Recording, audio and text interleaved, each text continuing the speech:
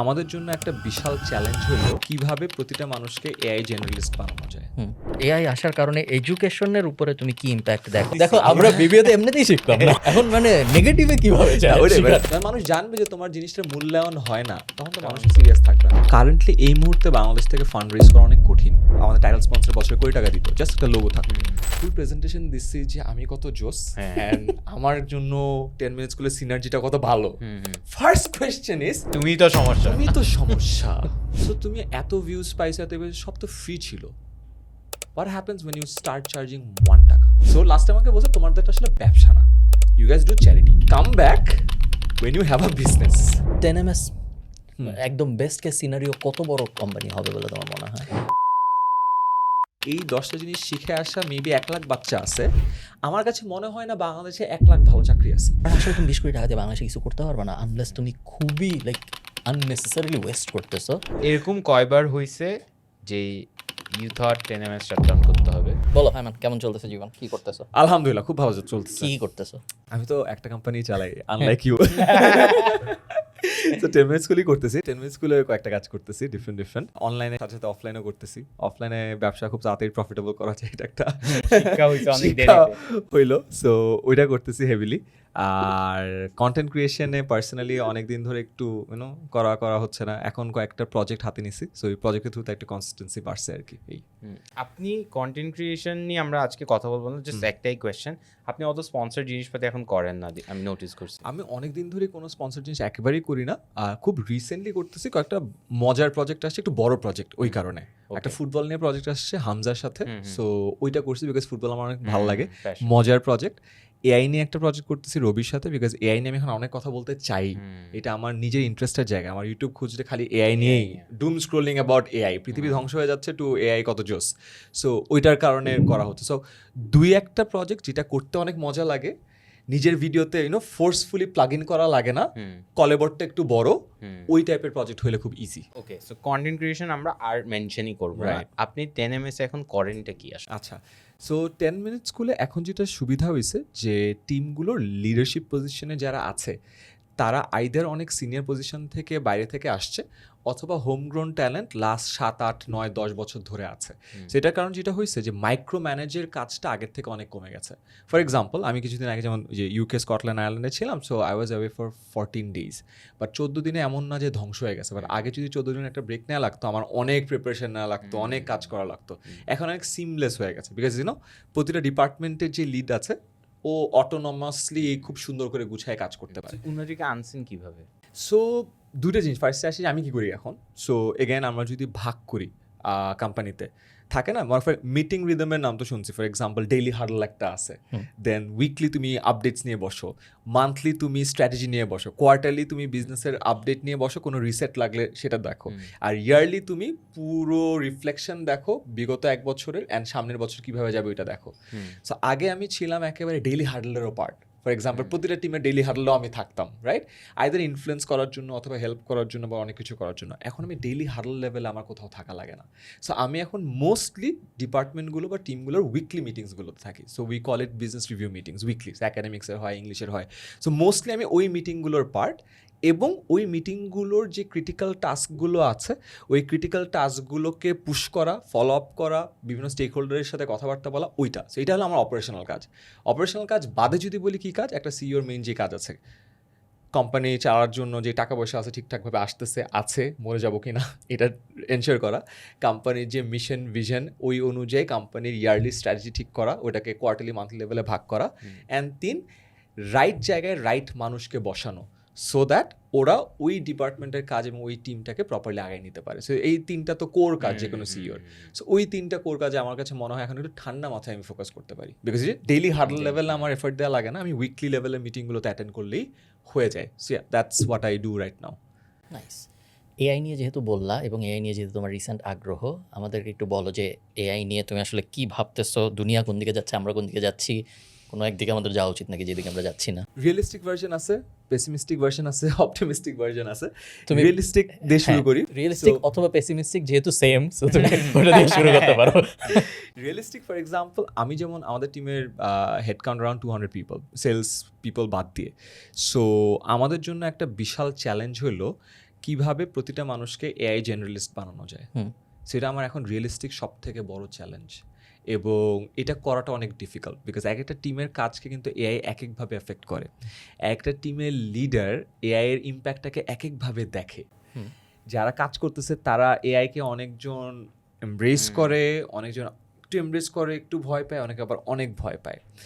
এটার ফলে আবার দেয়ার আর ফিউ ডিপার্টমেন্টস যেগুলোকে একদম আপসাইড ডাউন চেঞ্জ করে ফেলতেছে। যেমন লাজেন কালফানের সাথে কথা হচ্ছিল যে SEO is rapidly changing, right? Or media buying. So we have a lot of people there. So ওরা নিজেদের কাজ কিভাবে করবে? ফর এক্সাম্পল আমি ইয়ারলি প্ল্যান বললাম, সবাই তো ক্যারিয়ার প্যাথ দেখতে চায়, রাইট? সো আমি মানুষের মধ্যে যখন ওয়ান হয়, সো মাঝে মধ্যে মানুষ বলতে চায় যে ভাই আমাকে একটু বলেন নেক্সট 1-2 বছর আপনি 10 মিনিটসগুলো আমার গ্রোথটা কীভাবে দেখতেছেন। আমার কথা হলো, যে ডিপার্টমেন্টে কাজ করে ওই ডিপার্টমেন্টই তো আমি বুঝতে পারতেছি না 1-2 বছর পর থাকবে কি থাকবে না, ওর গ্রোথটা আমি কেমনে বলতে পারি? সো এইটা একটা রিয়েলিস্টিক সব থেকে বড় চ্যালেঞ্জ, ইন্ডিভিজুয়াল লেভেলে, টিম লেভেলে, কোম্পানি লেভেলে। সো এবং এটাকে ট্রেন করাও এটা একটা বড় চ্যালেঞ্জ। এবার আসি যে অপটিমিস্টিক লেভেলে। অপটিমিস্টিক আমার কাছে মনে হয় যে এআই অ্যাটলিস্ট আমার লাইফটাকে অনেক সহজ করে দিছে। এর একটা বড় রিজন হলো যেহেতু আমি নিজে এন্টারপ্রেনার, আমার চাকরি চলে যাওয়ার এই ভয়টা নেয়, গেস আমি একটু সেফ সাইডে আছি, এটার কারণে মেবি আমি বায়াসড, বাট আমার পার্সোনাল লাইফের প্রচুর কাজ সহজ করছে। যেমন ফর এক্সাম্পল আমার মেইল লেখা। ফর এক্সাম্পল প্রতিদিন সকালবেলা উঠে আমি যেটা অফিসে মিটিং শুরু হওয়ার আগে আমি মেইল একবার ক্লিয়ারেন্স করি। সো ইনবক্স 0 না পারলে যতটুকু পসিবল।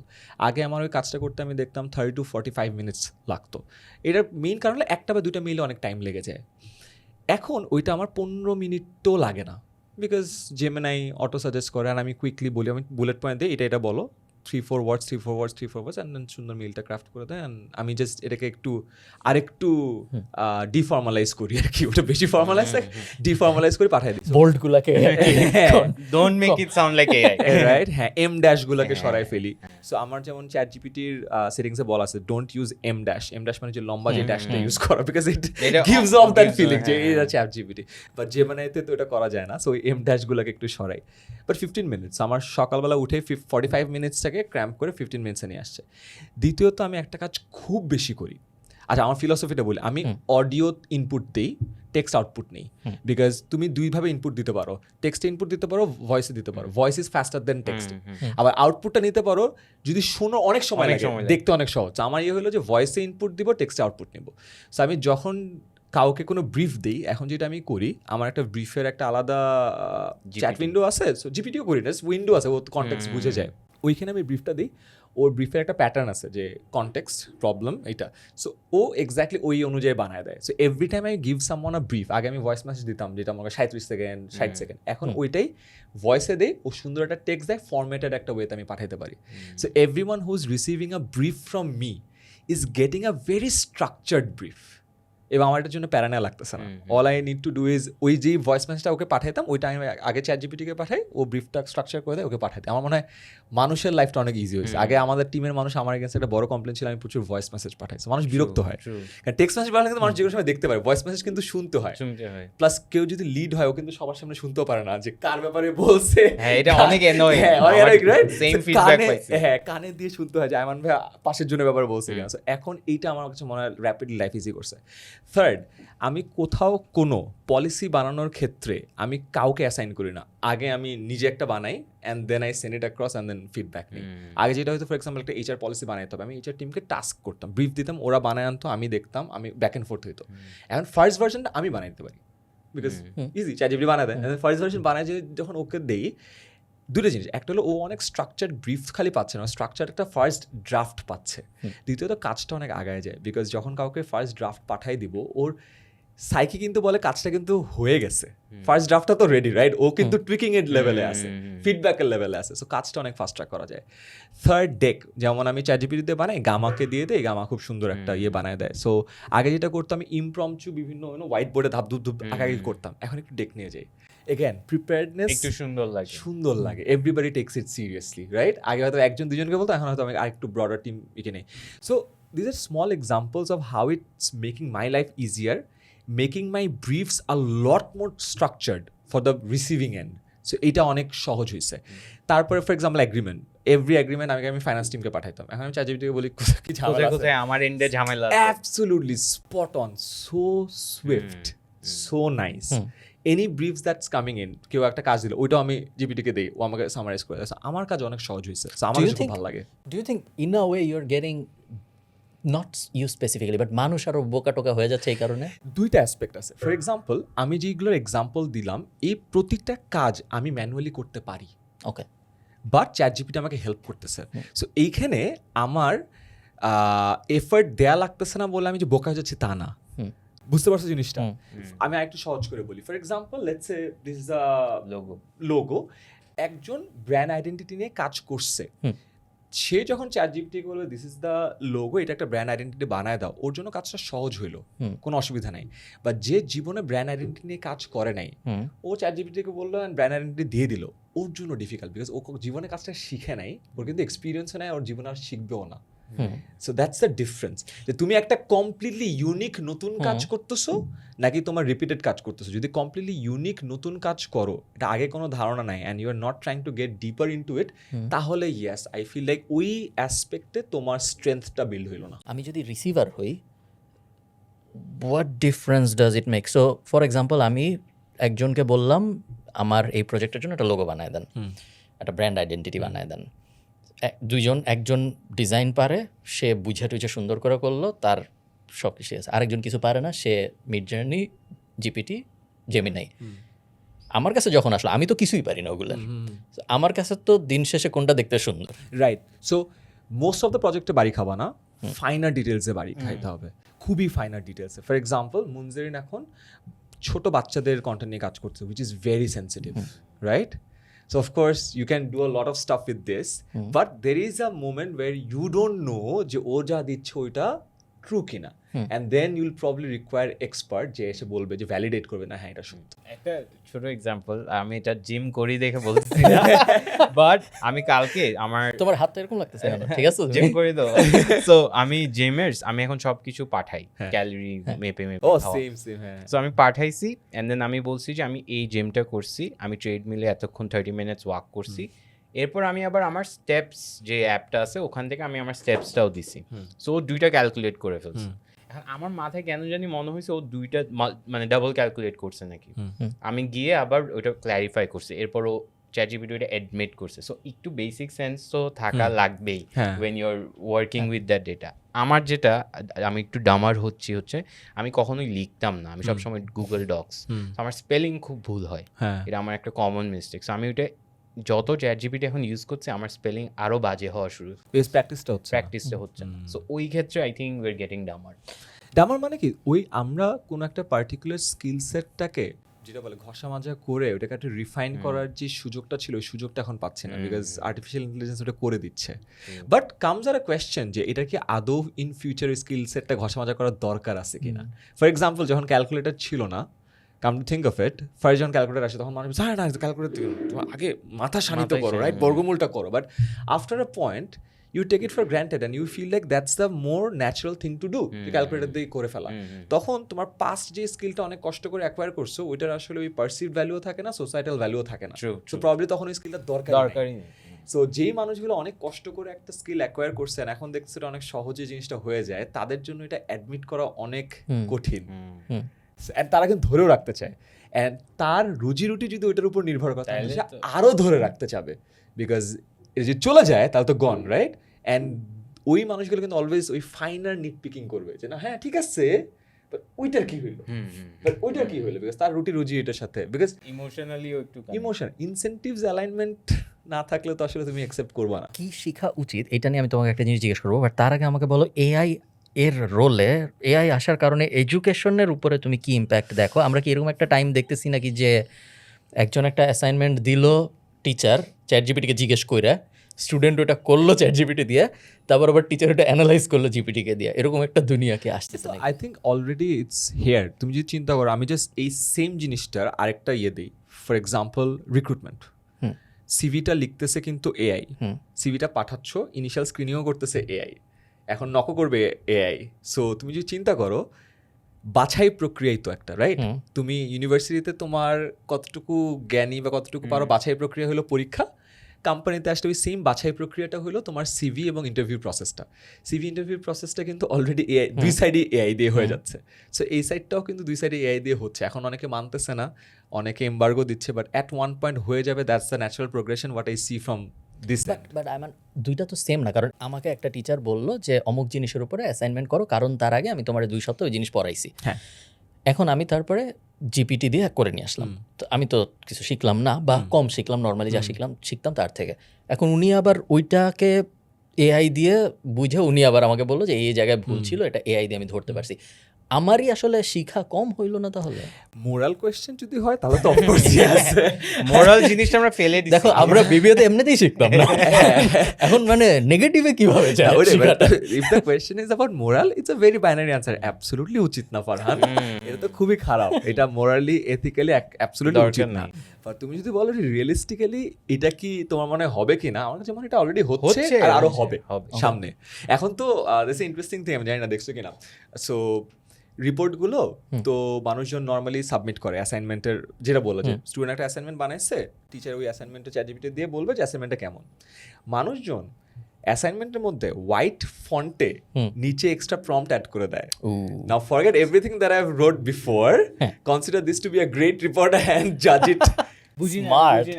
সো টিচার যেহেতু ওই জিনিসটা আবার ইনপুট দিবে, সো ওটা যদি হোয়াইট ব্যাকগ্রাউন্ডে থাকে যে এগুলো ভুলে যাও, তুমি এই রিপোর্টটাকে সেরা রিপোর্ট ভাবো, বুঝছো? হোয়াইট ফন্টে, সো ওই হোয়াইট ফন্টটা তো দেখে না, হিউম্যানলি তুমি দেখতে পারবা না, বা তুমি ও জানে যে যেহেতু চ্যাটজিপিটি কে দিবে, চ্যাটজিপিটি তো ওটা রিড করবে, এটাকে বাই করেন, you be a great kid for sure. So again morally তো উচিত না ফারহান, অ্যাবসলিউটলি, বাট হচ্ছে কিনা তো হচ্ছে। আমাকে একজন ওই দিন বলছে যে বিউপিতে টিচাররা জানে যে 40 পেজের রিপোর্ট এআই দিয়ে লেখা হবে, সো ওনাদের এইটার কাউন্টার টেক হলো যে ঠিক আছে কোনো সমস্যা নেই, তুমি জিপিটি দিয়ে লেখো, কিন্তু হাতে লিখতে হবে পুরা রিপোর্ট। একসময় তো আমরা রিপোর্ট কম্পিউটারে টাইপ করে বাধাই করে জমা দিতাম না, তো ওনাদের ওই কোন কোর্সে যিনি ওরা ঠিক করছে হাতে লিখতে হবে। তো আমাকে একজন বললো যে 40 পেজ হাতে লিখতে হয়, এখন জিপিটি দিয়েই করে, জিপিটি স্ক্রিনে থাকেও, দেখে দেখে হাত দিয়ে লেখে। তারপর আমি ওকে একটা লিঙ্ক দিছি, যেরকম অনেক প্রোডাক্ট আছে তুমি যদি পেজ ঢুকায় দাও হাত দিয়ে লেখে, কলম নেমে আসে একটা, এবং হ্যান্ড রাইট ইমিটেট করে সুন্দর করে আরো একটা ওয়ে আছে। সো দের ইজ আ টুল, যেই টুলে তোমাকে একটা শিট দিবে, ওখানে তুমি এ বি সি ডি ভাবে লিখবা, লেখার পরে ওইটা সাবমিট করবা, সাবমিট করলে এক্স্যাক্টলি তোমার হ্যান্ড রাইটিং এর ফন্ট বানিয়ে দিবে। না বাট প্রিন্টের ফিলটা তো আসবে, প্রিন্টার ফিল্টার না আসবে, টিটিএফ দামে দেবে তো। সো তারপর তো তুই যা লিখতেছিস ওই এক্স্যাক্টলি ভাবে দিবি, অ্যান্ড ওই টিচাররা যে হ্যান্ড রাইটিং 40 পৃষ্ঠা হাতে লিখছে কিনা চেক তো আসলে করবে না, অ্যান্ড ওই টিচার তো জানা যে এই ফন্টটা ইটস অ্যাকচুয়ালি হাইপার রিয়েলিস্টিক হবে, বিকজ তোর এক্স্যাক্ট হ্যান্ড রাইটিং ও কপি করবে। হ্যান্ড রাইটিং ঠিক আছে, বাট কাগজের ফিল না, ও প্রিন্ট করবে তো, প্রিন্ট করলে তো প্রিন্টের ফিল আসবে না। আমার কাছে মনে হয় না, আমি ওভার অ্যানালাইজ করতেছি, বাট আই এম জাস্ট ধরা খাওয়ার চান্স আছে, বাট 40 পেজ কষ্ট করার কোনো মানে মনে হয় হয় না। হ্যাঁ, হ্যাঁ, এটা এটা risk একটা worth রিজন taking. আছে, বিকজ ইউ নো হোয়াট, মনে করো আমি তো বাংলা মিডিয়ামে পড়াশোনা করছি, আই থিঙ্ক তোমাদের আমি ইংলিশ মিডিয়াম ছিলাম। সো আমরা তো অনেক কষ্ট করে লেটস সে ক্লাস 9-10 এ ব্যবহারিক লিখতাম। আই গেস এখানে যারা আছে বাংলা হ্যাঁ, আমিও আছে আমাদের পিছে অনেক আমরা নিরোগের খাতা কত বানাইছি, অনেক কষ্ট করে দিছি। সো আমি যখন ফার্স্ট, আমার সময় ক্লাস 5-8 পরীক্ষা ছিল না, 10-এ ফার্স্ট পরীক্ষা ছিল, এসএ পরীক্ষা, ব্যবহারিক পরীক্ষা দিতে গেছি, অনেক সিরিয়াস। ব্যবহারিক পরীক্ষার আগেরও 2 দিন ফাটায় পড়ছি, I was a very serious student. ভালো কথা, খাতা তো মানে পারলে যত্ন করে নিয়ে গেছি। তারপরে পরীক্ষা যখন শেষ হলো আমি দেখলাম সবগুলো খাতা নিয়ে দাপ দাপ করে মাটিতে ফেলে পারলে লাথি মেরে আমি না তাকায় আছে, আল্লাহ লাস্ট 2 বছর ধরে আমার ব্যবহারিক, আর ওটা কিন্তু জমা দিয়ে রাখতে হয়। ও লিটারেলি তারপরে কি করলো জানো, সবগুলো নিয়ে চাপা দিয়ে এরকম একটা মেশিনের মতো আছে, উপরে একটা রডের মতো দিয়ে সবগুলো একসাথে ফুটা করলো, বেসিক্যালি খাতাগুলো নষ্ট করলো, সো দ্যাট ওই সেম খাতা আর কেউ ইউজ না করতে পারে। আমি চিন্তা করলাম লাস্ট 2 ইয়ার্স না। এখন এইটা যখন আমি প্রথমবার দেখলাম, আমার ফার্স্ট অফ অল অনেক কষ্ট লাগছে, কারণ আমি 2 বছর অনেক সিরিয়াসলি করছি ব্যাপারটা। But once you see that, and আমি ভালো স্কুলে পড়ছি, ভালো স্কুলে পরীক্ষা দিছি, ওই স্কুলে যদি অবস্থা হয় তাহলে বাকিগুলোর কি অবস্থা? যখন মানুষ জানবে যে তোমার জিনিসটার মূল্যায়ন হয় না, তখন তো মানুষের সিরিয়াস থাকবে না, রাইট? ওকে, আমি একটু 10ms নিয়ে জানতে চাই। I have a lot of questions, Yes, please. especially startup building. Fundraising, I think you are one of the very few companies যেটা properly funding পাইছে, right? 170 কোটি টাকার কথা বলতেছো তুমি? যত কোটি টাকাই হোক, আমাকে বলেন আপনি কেন পাইছেন, আর অন্য কেউ যদি চায় তাহলে কিভাবে, হোয়াট ইজ দ্য প্রসেস, আমি যাবো কার কাছে? আচ্ছা, ফার্স্ট অফ অল একদম সত্য, যেহেতু আমরা আজকে অনেস্ট টক করছি, কারেন্টলি এই মুহূর্তে বাংলাদেশ থেকে ফান্ড রেজ করা অনেক কঠিন। এটার কিছু রিজন আছে। রিজন হলো বাংলাদেশের একটা হইল ওভারঅল পলিটিক্যাল সিনারিও অনেক আনস্টেবল। সো এই আনস্টেবল সিনারিওতে অনেক ইনভেস্টার আসে, তোমার সাথে কথা বলে, but they are testing the waters. So ওরা ওই সেম রেসপন্সটা করে। সো এটা বলার রিজন হলো কোনো একটা ইনভেস্টার যখন বাংলাদেশে টাকা দেয়, যেহেতু বাংলাদেশের স্টার্টআপ ইকোসিস্টেমটা অনেক ছোট, বাংলাদেশের স্টার্টআপ ইকোসিস্টেম থেকে এখনো প্রপার এক্সিটের ভালো এক্সাম্পলস নাই বলতে গেলে। সো মানুষজন জানেন না এখান থেকে এক্সিট কেমনে করবে, টাকা কীভাবে মাল্টিপ্লাই করে বের করবে। সো এক্ষেত্রে শুরুতে বাংলাদেশকে বেচতে হয়, তারপরে তোমার ইন্ডাস্ট্রিকে বেচতে হয়, তারপরে তোমার কোম্পানিকে বেচতে হয়, তারপরে তোমার নিজেকে বেচতে হয়। বিদেশে প্রথম দুইটা করা লাগে না, দেশকে বেচা লাগে না। দেশ ইজ অলরেডি সোল, ইউএস কত ভালো, আয়ারল্যান্ড কত ভালো, আমাদের কিন্তু দেশকে বেচা লাগে। ইন্ডিয়া না, এটা বাংলাদেশ। এটা ইন্ডিয়া না, হ্যাঁ। যেমন আসলে আমাদেরকে যেমন দেশকে যখন বেচা লাগে, আমাদের স্লাইডস থাকে, বাংলাদেশ নিয়ে 3-4টা স্লাইডস থাকে। দেন আমাদেরকে বুঝাতে হয় ইন্ডিয়ার কম্পারেবল দেই, যে ইন্ডিয়াতে এই দেখছো না, আমরা ইন্ডিয়ার ওইটা, তাকে বলো না যে আমরা বাংলাদেশের উবার। সো ওইভাবে আমরা ইন্ডিয়ার কম্পারেবল আনতে হয়। তারপরে কিছু কিছু জায়গায় দেখা যেত, দেখো ইন্ডিয়ার কিন্তু আমরা একটু জিডিপি কম হলো, জিডিপি পার ক্যাপিটা কিন্তু ইন্ডিয়ার থেকে বেশি। সো কম্পারেবলস দেখাতে হয়। এই দুইটাতেই মেজরিটি অফ দ্য ভিসি আসলে সোল্ড হয় না। সো এই কারণে বাংলাদেশে কারেন্টলি যদি লাস্ট 1.5-2 বছর বলো, খুব মানে ফান্ডিংয়ের অবস্থা খুব খারাপ। সো এটা হলো আমি অনেক সময় অনেস্ট ট্রুথ, কারণ অনেকে থাকে না এই ভিডিওতে বললাম এত টাকা। So first time honest truth দিয়ে শুরু করলাম, এই দুটো জিনিস বেচা লাগে। তারপরে you sell your company and you sell yourself. Initial যেহেতু আমরা বাংলাদেশের সিরিজ বিতে মেজরিটি কোম্পানি যাইনি, আমরাও যাইনি, সিরিজ এ লেভেলে আসি। সিরিজ এর আগে বা সিরিজ এ বা তার আগে সিড রাউন্ড যেটা বলে, এইখানে কিন্তু কোম্পানির দেখানোর মতো ট্র্যাকশন কম থাকে। So you have to sell yourself as a founder more than the company. Founder, হ্যাঁ, বিকজ ফাউন্ডারের উপরেই ওরা কিন্তু বেটটা নিচ্ছে। কারণ সিড লেভেলে যখন একটা কোম্পানিকে ইনভেস্ট করো, ওই কোম্পানি তো আসলে দেখানোর এত কিছু নাই। আচ্ছা, সো এখন আসি ফাইনালি যে বিক্রি করবো কিভাবে। সো আমার কাছে বিক্রি করবো আগে কার কাছে বিক্রি করবো ওইটাও একটু। ও আচ্ছা, ওইটা আমাদের এক্সাম্পল যদি দিই, খুব সহজ ছিল। 2020 সালে আমরা যেই প্রসেসে যাইতাম, আমাদের সব কন্টেন্ট ফ্রি, স্পন্সর ছিল আমাদের রবি, ইউনিলিভার, ওয়ালটন, বড় বড় স্পন্সর ছিল, এবং দে আর ভেরি নাইস। ওরা আমাদের যেমন আমাদের টাইটেল স্পন্সর বছরে কোটি টাকা দিত, জাস্ট একটা লোগো থাকতো। সো আমরা বলছিলাম যে ভাই আমরা প্রোডাক্ট সেল করবো না, আমরা অনেক মানুষের কাছে রিচ করি, আপনার লোগো থাকবে, যেন টাকা দেবেন। So that was the model.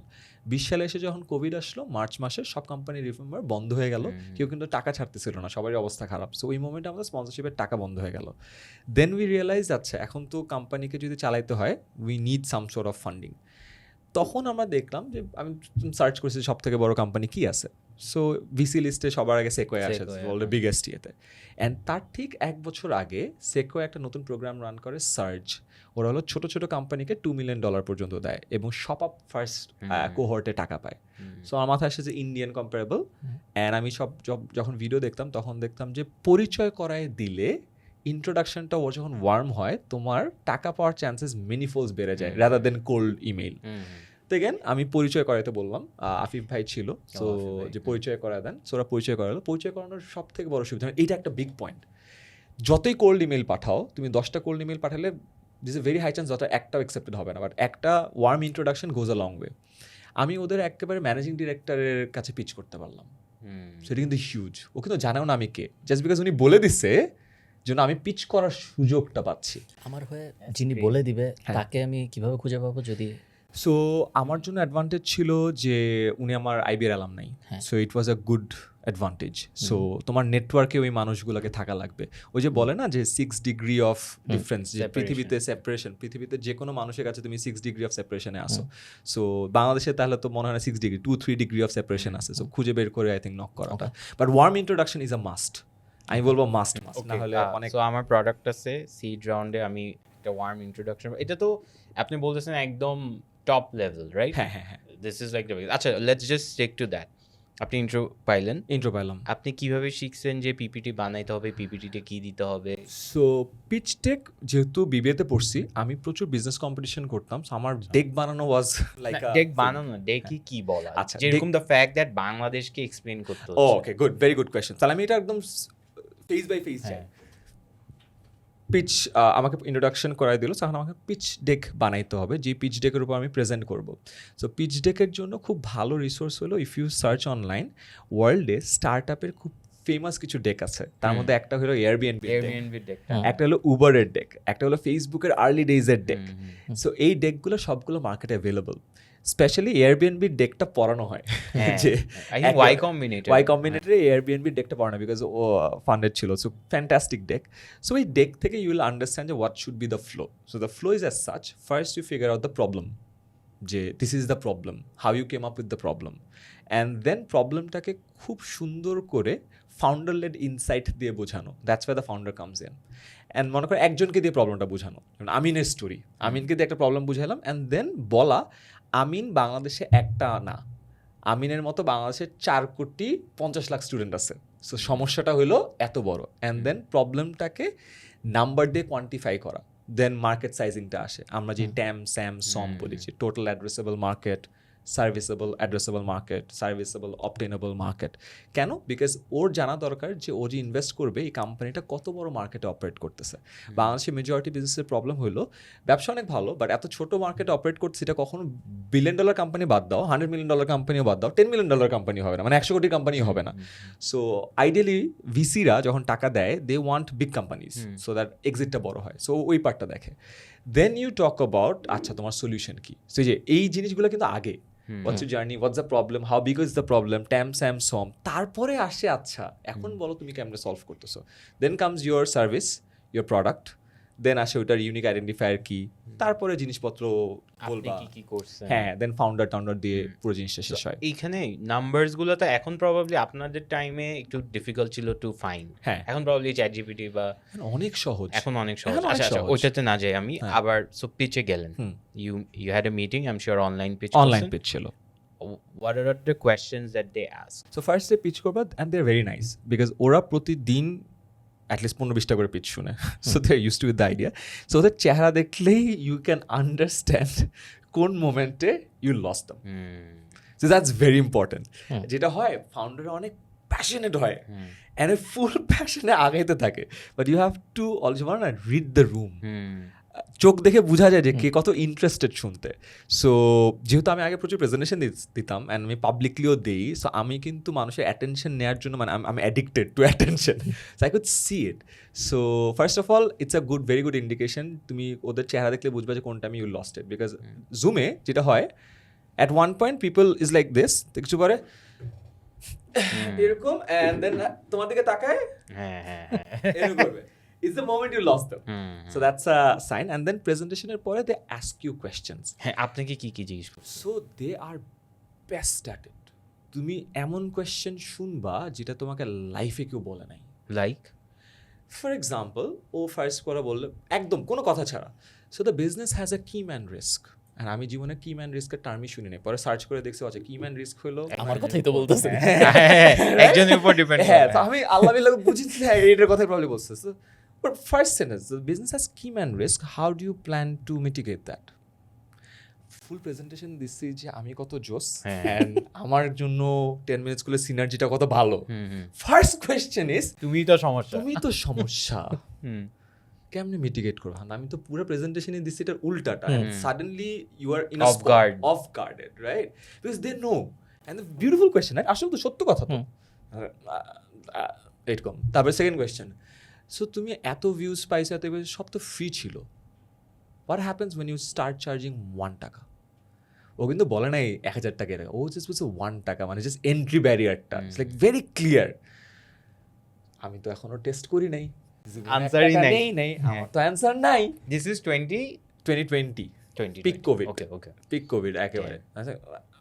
মানে every question you feel like এই কোয়েশ্চেন তোমাকে আগে কেউ করে নাই, বা এইভাবে ধর, মানে গলা টিপে ধরে নাই, and very precise, like one sentence and you're done. Right? That was the second question. And what were your answers, by the way? I forgot story actually. short, Long হ্যাঁ। story short যদি বলি, তখন তো আমতা করে অনেক কিছু বলছি যে না কি ম্যান রিস্ক নাই, এটা আমাদের আরো পপুলার টিচার আছে, আমি একজন চলে গেলে হাল ধরবে এইটা। তারপরে ছিল হোয়াট হ্যাপেন্স $1। তখন অনেস্টলি বলছি হ্যাঁ এটা আমাদের একটা ভয় আছে, আজীবন আমরা ফ্রি ছিলাম, পে করলে একটা প্রবলি ব্যাকলাশ আসবে, আমরা জানি না আসলে ব্যাকলাশটা কত, সো এরকম আর কি। অ্যান্ড দেন ওরা বললো যে আচ্ছা ঠিক আছে। তারপর থার্ড কোয়েশ্চেন বলে যে তুমি যদি এটা পেইড প্রোডাক্ট দিতা, what do you think how much is worth? আচ্ছা এটা তো চিন্তা করি নাই, আমি তো ফ্রিতে দিছি, আমি জানি স্পন্সরকে কত টাকা চার্জ করতে হয়, আই ডোন্ট নো ইউজারকে কত টাকা, and ওই আমলে তো কোনো এডটেক প্রোডাক্টও নাই। ছিল না। So yeah, these were a few questions and all of them are very precise. And of course, market size নিয়ে question করছে। তারপরে ওরা view count দিছে, আমি বলছি আচ্ছা view count বুঝছি, but how many of them complete the entire course?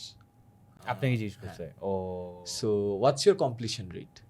আচ্ছা কারণ view count তো অনেক ইজি, হ্যাঁ বাট বাট ওই ডেটাটাও তো আপনার কাছে ছিল এত না। ডেটা তো তখন কালেক্ট করি না, রাইট? তুমি আমরা যখন ভিউ কাউন্ট দেখি, আমরা কি দেখি 3 সেকেন্ডের পর কত ড্রপ করে, but whoever is watching the video, এটা যদি কেউ দেখে, কোন ক্রিয়েটর প্রাউডলি এটা দেখাতে পারবে না, এভারেজ 3 সেকেন্ডস এর পর দেখেই না। ধ্বংস, রাইট? সো এটা তো অনলাইনের ক্ষেত্রেও সত্য। সো কেউ যদি দেখো তোমার view count 1 million, but 3 second পর তো তোমার 70% স্টুডেন্ট চলে গেল, right? What's your completion rate, what's your churn rate, এটা তো আমি বাইরেই করি নেই। So very precise questions, and within 5 minutes you'll feel like you are very unprepared, and তুমি যেটার জন্য আসছিল জন্য আসলে তুমি রেডি না। অ্যান্ড দেন তাও is this intentional? Not intentional, there are always better founders. আমি ফার্স্ট টাইম ফাউন্ডার ছিলাম, আমি তো জানতাম না এই জিনিস। আমি যদি সেকেন্ড একটা কোম্পানি ফাউন্ড করি, আর আমি যদি ইনভেস্টারের কাছে যাই, আমি তো এগুলো সব প্রিপেয়ার্ড হয়ে যাবো। সো নট এক্স্যাক্টলি ট্রু যে সবাই ধরাটা খায়, আমি ধরা খাইছি। And then they were very nice, ওরাও বুঝে, দেন তারপর হেল্প করে। অ্যাট ওয়ান পয়েন্ট ও ফার্স্ট তোমাকে তোমার জায়গা বুঝাই দিবে যে তুমি বাবা বেশি নাচিও বেশি নাইছো না, তোমার অবস্থা খুব খারাপ। যেহেতু it's a buyer seller thing, কিন্তু I am a seller, he is the buyer. So ও যেটা করে কন্ট্রোল ওর হাতে নেয়, তারপর হি হেল্পস ইউ যে আচ্ছা তুমি এটা করো, এটা করো, এটা করো। অ্যান্ড দেন আমাদেরকে তখন টার্গেট দিছিল যে তোমরা তো জীবনে মনিটাইজ করো নাই, I get it, you guys have good traction, how about you test it out? তুমি যে প্রবলেমগুলো তোমাকে বললাম সবগুলো ট্র্যাক করা শুরু করো, 3 মাস 6 মাস দেখো, come back to us, and the biggest decision factor for us would be how good of a monetizing model you create, because right now this is not a business. ওরা কি নিয়ে ইমপ্রেসড হয়েছিল আপনি? Numbers. So numbers is great. So last time আমাকে বলছে তোমাদের এটা আসলে ব্যবসা না, you guys do charity. So come back when you have a business. So now we know, আমি সোজা বাংলায় বুঝলাম যে আচ্ছা ঠিক আছে, আমাদেরকে পেইড মডেলটা ট্রাই আউট করতে হবে, দেখাইতে হবে যে এখানে monetization possible.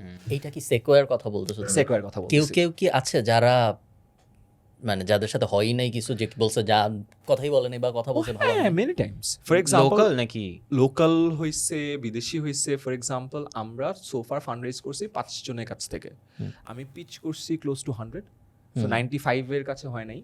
And out of those 95 probably 50টাই এমন ছিল যেটা ফার্স্ট পিচের পরে আর কখনো সেকেন্ড মিটিং হয় নাই। সো ফার্স্ট মিটিংয়ে রিজেক্ট করছে, বা ওরা তো রিজেক্ট করে না, ও পরে ফলো করে জানাবো। দে আর ভেরি প্রপার। সো ওরা এইভাবে মেইলটা করে যে হ্যাঁ তোমরা খুব ভালো, তুমি খুবই জোস, তুমি এটা মানে তোমাকে আসলে তুমি খুব ভালো, তুমি খুব জোস, প্যাটি তারপরে দেয় যে আসলে কারেন্টলি বাংলাদেশ বা এডটেক আমাদের ম্যান্ডেট না, বাট তোমরা আমাদের পোর্টফোলিওর ফানেলে থাকবা, whenever we change the mandate or we are interested, we're definitely going to reach out to you. as if ও আগে জানতো না। So that's the common way of Template. rejecting you. Yeah. এই সময় কি এটা একটা লিমিটেড কোম্পানি? হ্যাঁ। আর তোমার শেয়ার পার্সেন্টেজ কত? আমরা যখন পিচ করি ফার্স্টে, যখন 2020 তখনও সোল প্রোপ্রাইটারশিপ। আমরা যখন ফান্ডটা রেজ করি 2021 শুরু, 20 ডিসেম্বরের দিকে, তখন আমরা জিনিসটাকে 21 তখন আমরা প্রাইভেট লিমিটেড কোম্পানি করি। সোল প্রোপ্রাইটারশিপ যখন ছিল তখন 100% আমার ওনারশিপ ছিল। ওকে, পরে কথা হয়েছে বলবা না?